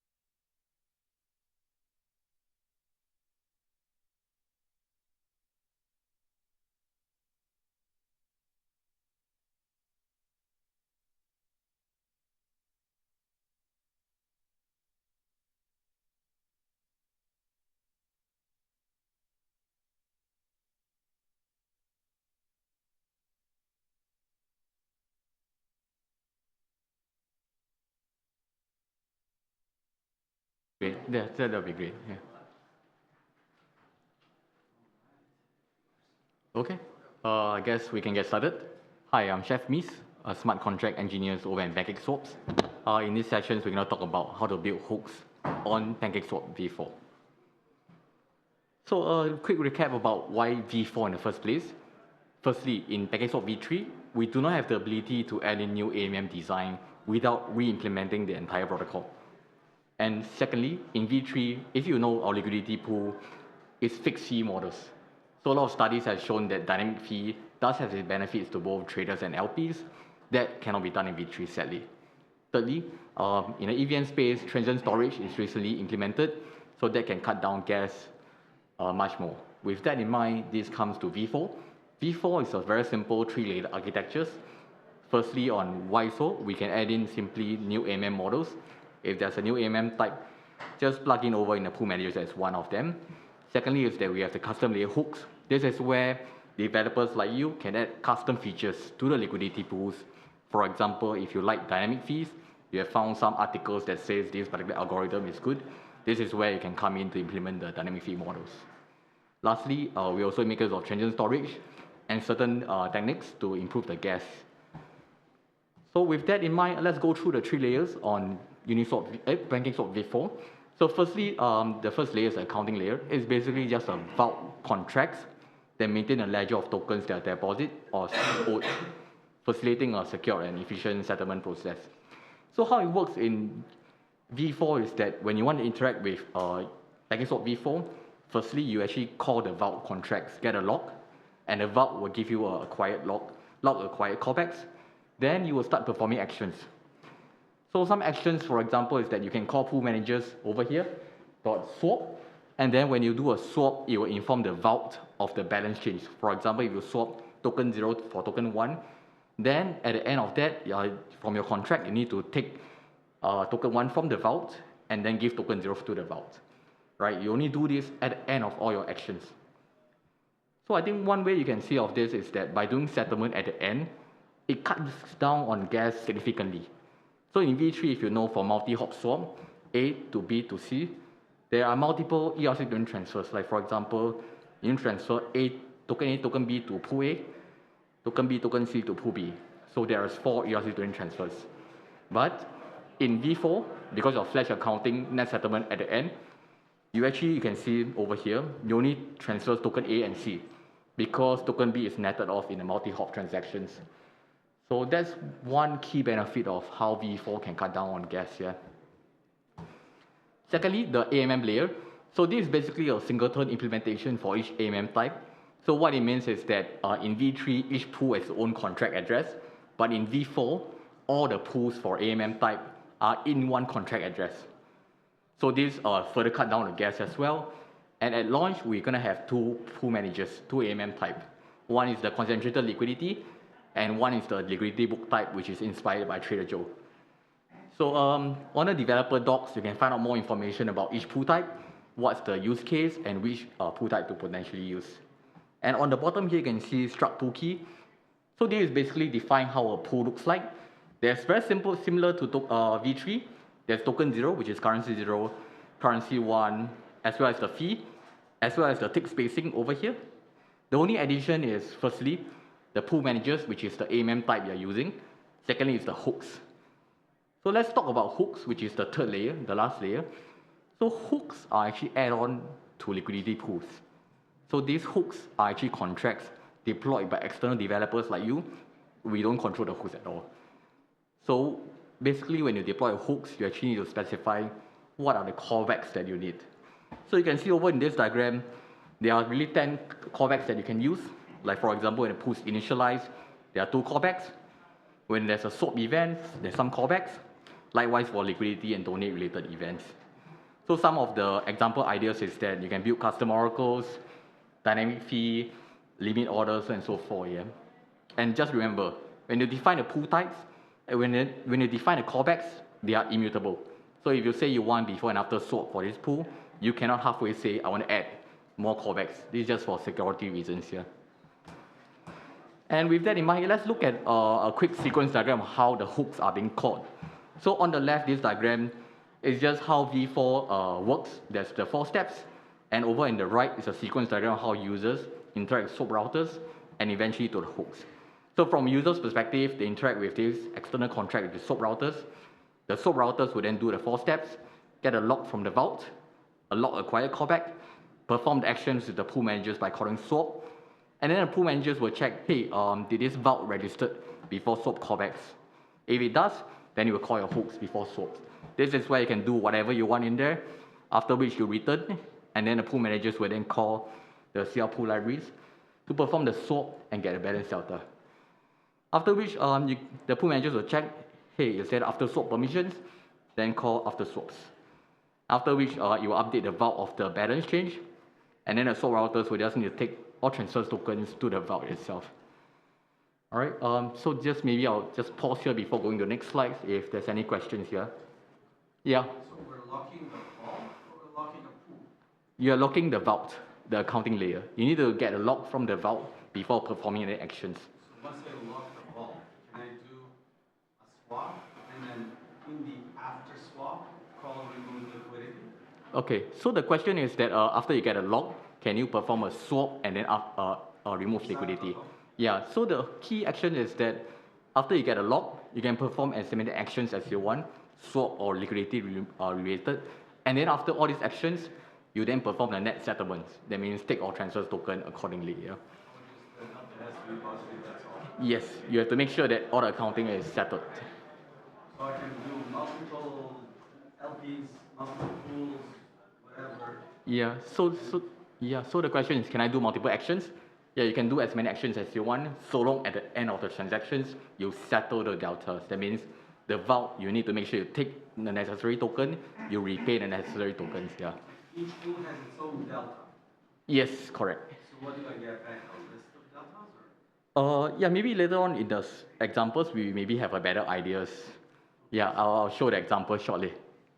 Maybe any other very high level questions? Okay. If not, then in the next 5 to 10 minutes, we'll go through a very simple demo on how to build hooks. So the first step is that you can come to this Pancake Viva hooks template. If you click on this link, click use this template, you can actually fork the repositories, ensure you got Foundry installed, run forge install, forge test. If it's all verified, then it's going to work. So I'll just open the example. So this is the repositories. And then you can just simply click use this template to fork it. Yep. Okay, going back to the slides about what we're going to build. So in this example, we're going to build a swap fee discount hooks. So in Pancake Swap, if you recall, we have a token called VE-Cake. Basically, you get VE-Cake token by locking Cake up. So what we want is that if you own VE-Cake and do a swap, we want to give a 50% swap fee. That's the general idea. And the implementation is that first, we need to store the default swap fee for this particular pool. So the first thing we do as a hook is that we do the after initialize permission call. So to initialize a new pool, you actually call pool managers.initialize, passing in the pool key. Remember the pool key struct that says about the key, the pool, the starting price of the pool. And then this byte hook data is where you can pass in exactly what is the default swap fee for this pool. So you can pass in maybe 3,000. That means you are saying for this particular pool, the default swap fee is 0.3%. And then what you can do in your hooks after initialize is that you can decode this value to store 3,000 in the hooks so that you know for this particular pool, the swap fee is 3,000. Okay, so that's the first step to store the default swap fee. The second step is that now that we store the swap fee, what can we do? We can make use of the before swap callbacks. Basically, pool managers will call before a swap, yeah? And it expects 3 return values. The first one is the byte for selectors. It's just simply to let pool managers know that execution is fine. Next, before swap deltas. This is used if your hooks want to take a fee. So for example, maybe you want to charge a fee for your own hooks to earn money. This is where you can use, but in our case, we are not using this, so we return 0. The next one, LP fee override. This is where we will use to override the intended swap fee. So this will be a fee we'll use. And with that, let's look at an example of how to do this. I will use the hook template repositories. So if if everything works, you run forge tests. This is probably what you see, all the tests passing. So that means the setup is fine. So what I do is I'll run through the hook template repository. If you download it, you will see within the source and the test, there are two folders, pool bin, pool CLs. So it really depends the kind of hooks you're developing for. If you're developing for the liquidity book type, focus on the pool bin. If you're developing for a pool CL type, focus on the pool CL folders. In our workshop, for this session, we'll focus on the CL type, concentrated liquidity type, yep. And if you open them up, you will see some files in there.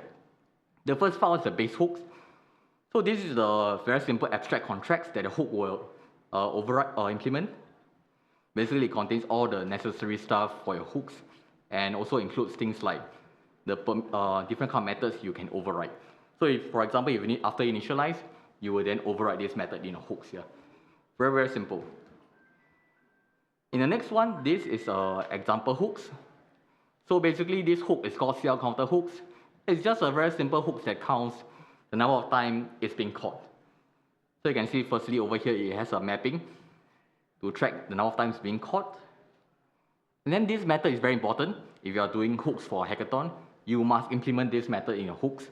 So this method is where you actually specify the kind of callback permission you need for your hooks. So in this case, this particular hook, it needs 4 callbacks, before and after liquidity, before and after swap, right? Because over here it's tracking the 4 different kind of counters. And how do we do that? For each method permission we need to override the method before, after, before and after swap. And what we do in there, simply update the mapping, ++. So this is a very simple hook that actually just keep track how many times is my hook being caught, yeah. So hopefully it looks simple enough to give you guys confidence to build a hook. And let's look at example test cases. So in the test case, likewise, we provide some helpers, the CL test util. So we provide a very good methods like deploy contracts with token. It just simply deploys all the necessary V4 code base for you, the vault, the pool managers, so on and so forth. So the test simply is a foundry test. In a setup, we first deploy all the necessary contracts, deploy the hooks. Here, the pool key, is actually determine what's the pool. Currency 0, currency 1, the hook address that we just deployed, the pool managers, the fee, 0.3%, and then we initialize the pool over here. And for tests, in this particular case, we just want to test the number of times being caught. So we check assert equal before and after add liquidity was 0. We do add liquidity, verify is being caught, so it's 1. Likewise for swap, verify it was 0. Perform a swap, verify is 1. So this is really a very simple example of how a hook can potentially work and how to write a test for hooks here. With that in mind, let's look at what we wanted to build in this demo, the VCake swap fee discount hook. So to recap, if you are VCake holders, you get 50% swap fee discount. And how to implement it, basically in 2 callbacks. One is that in the after initialize, we simply store what is the intended swap fee. Number 2 is that during before swap, we actually check if you are VCake holders and then provide discount accordingly. So simply, you can see the contract hook is the base hook. And then over here, we store 2 variables. One is the VCake address, because we want to check if the user is VCake holders. Number 2 is just the default swap fee for each pool. And then the next one, this method is where every hook implement, it needs 2 callback after initialize and before swap. So we set before swap as true, after initialize as true as well. The rest we leave it as false. So with 2 callback set, we need to implement the 2 methods, after initialize and before swap. And if you recall in after initialize, what we do is that we just decode the hook data to get the default swap fee, and we store in the mapping. And then in the before swap, this is where it's the interesting part. We first get the default swap fee. We check if the swapper owns VCake. If you hold, I'll give you 50%, divide by 2. And then to return, we just simply return it over here, the LPV. And then you can see what is this. It basically flag out to the pool managers that, hey, for this particular swap, I need to override the swap fee. Okay, it also looks very simple. Hopefully, hooks development just look very straightforward to you, yeah. And then to write the test, similar as well. We do the same setup, deploy the hook. And this pool key is where it's a bit different. Instead of specify the exact numbers, we need to say it's a dynamic fee. So people will know that for this particular pool, the swap fee is dynamic fee model, yeah? And then you can see in the initialize, this is where we pass in the default swap fee over here, 3,000. So that means for this particular pool, it's 0.3% swap fee. And then over here, we're just simply doing some adding liquidity approval so that we can test easier later on. In the test, there's just two tests to write. One is from a non-V cake holders, one is from a V cake holders. And both of them, what they do is just to do a swap and check the amount out. So you can just check the swap helper method. First thing is to use Foundry prank. So you run the transaction as well as you are from Alice. Do a swap, amount in is 1 Ether, check the amount out. And then from a non-V cake holders, because of 0.3% swap fee, the amount out should be lesser than 0.997. And for V cake holders, we first give Alice the V cake, do a swap, do the amount, you can see it's more than 0.997. So of course, this is a very naive example. In the real world, your test should verify the exact amount, yeah? So with that, it really comes to the end of this workshop. Like we mentioned earlier, if you come by our booth, we are part of the hackathon, and then there are prizes to be won if you are part of the hooks development, yeah? So thank you for your time. Take some questions if there's. Oh, this VE cake, what if I borrow Flash Loan VE cake to do the swap and get 50% off, get it back into the Flash Loan? Doesn't that circumvent the discount? Yep, so in this particular implementation, yes, it's possible in the attack vectors. Somebody can just do a Flash loan on VE-cake, get a... You're not going to deploy that, right? This is just for examples, to give you guys a bit of ideas about how to build different cake, yeah? But in your tests, we deploy all the contracts from PancakeSwap. Yes, it's just a Foundry test, so it's just all running locally. Do they exist on some testnets or some chains? Our V4 code base exists on testnet, yes. Which testnets? Which chains? Yeah, the question is which chain is our V4 on? It's on two chains, BNB, testnet, and Sepolia. So what I encourage is that you can actually come to this website, developer.pancakeswap.com. So this is where we write everything about V4. So like even example, what I went through earlier is over here, step-by-step guide. And if you want more guides, you can see over here. The GitHub address is all over here as well, the testnet and Sepolia. All right, questions? Yeah. So who can add, thank you. So who can add hooks usually? Is it, can anyone add these hooks or to the pool, right? All right, so anyone can develop a hooks. Yeah. What you want to do is to specify which pool has what hook, you have to initialize the pool. So an example is that over here, it means that you're creating a new pool with this particular hook. So likewise, this is permissionless as well. Anyone can create a new pool with their hooks here. But the problem may be around, so with so many pools, right? Everyone will have their own pools, their own hooks. How can you stand out so that liquidity will come to your pool and your hooks can potentially earn a fee? So that's another problem to be solved once your hook is out, yeah. Which is probably how much utility your hooks has. Yep. Is there a way to force to a particular hook to be used only, for example? So the question is there a way to force users to use your pool, right? Yeah. Unfortunately, no. In PancakeSwap, we don't really force users to make particular decisions. It's really, what we want for the traders is that give them the best price executions. So if your hook is really giving the best price, then people will just use your hook naturally. So it's basically just for the price optimization. That's the basic goal of a hook, ultimately, right? What I was saying is that from a trader's perspective, when I want to maybe sell 1 Ethers, from their perspective, it's just, I want to get as much USDC as possible. The best price executions, yeah. They will play an important part in the pool selections. I see. Yeah, okay. So my question is, the PancakeSwap v4 is inspired by some way on ETHGlobal's v4? Inspired? Yeah, or inspired or have some similarities, because in this like pool manager system, it's kind of like similar to ETHGlobal's one. To Uniswap, you mean? Yeah, to ETHGlobal's, yeah. The pools. Sorry, equal to? The ETHGlobal, you know, on StarkNet ecosystem? No idea. Okay.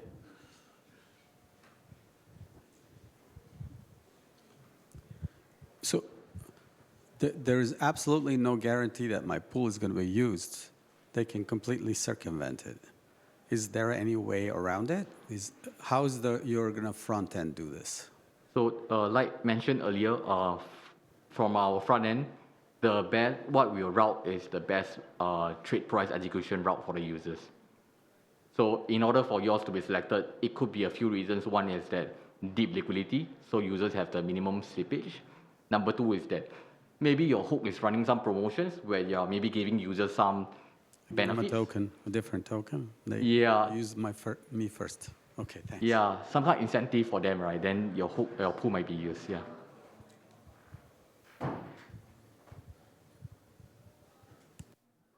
Yep. Any more questions? Otherwise, we are at a have a booth over there. So if you have any further questions, just reach out to us. We have 2 developers at the booth and marketing as well. Yep. If not, we come to the end. Thank you very much for your time. Yeah. Thank you very much.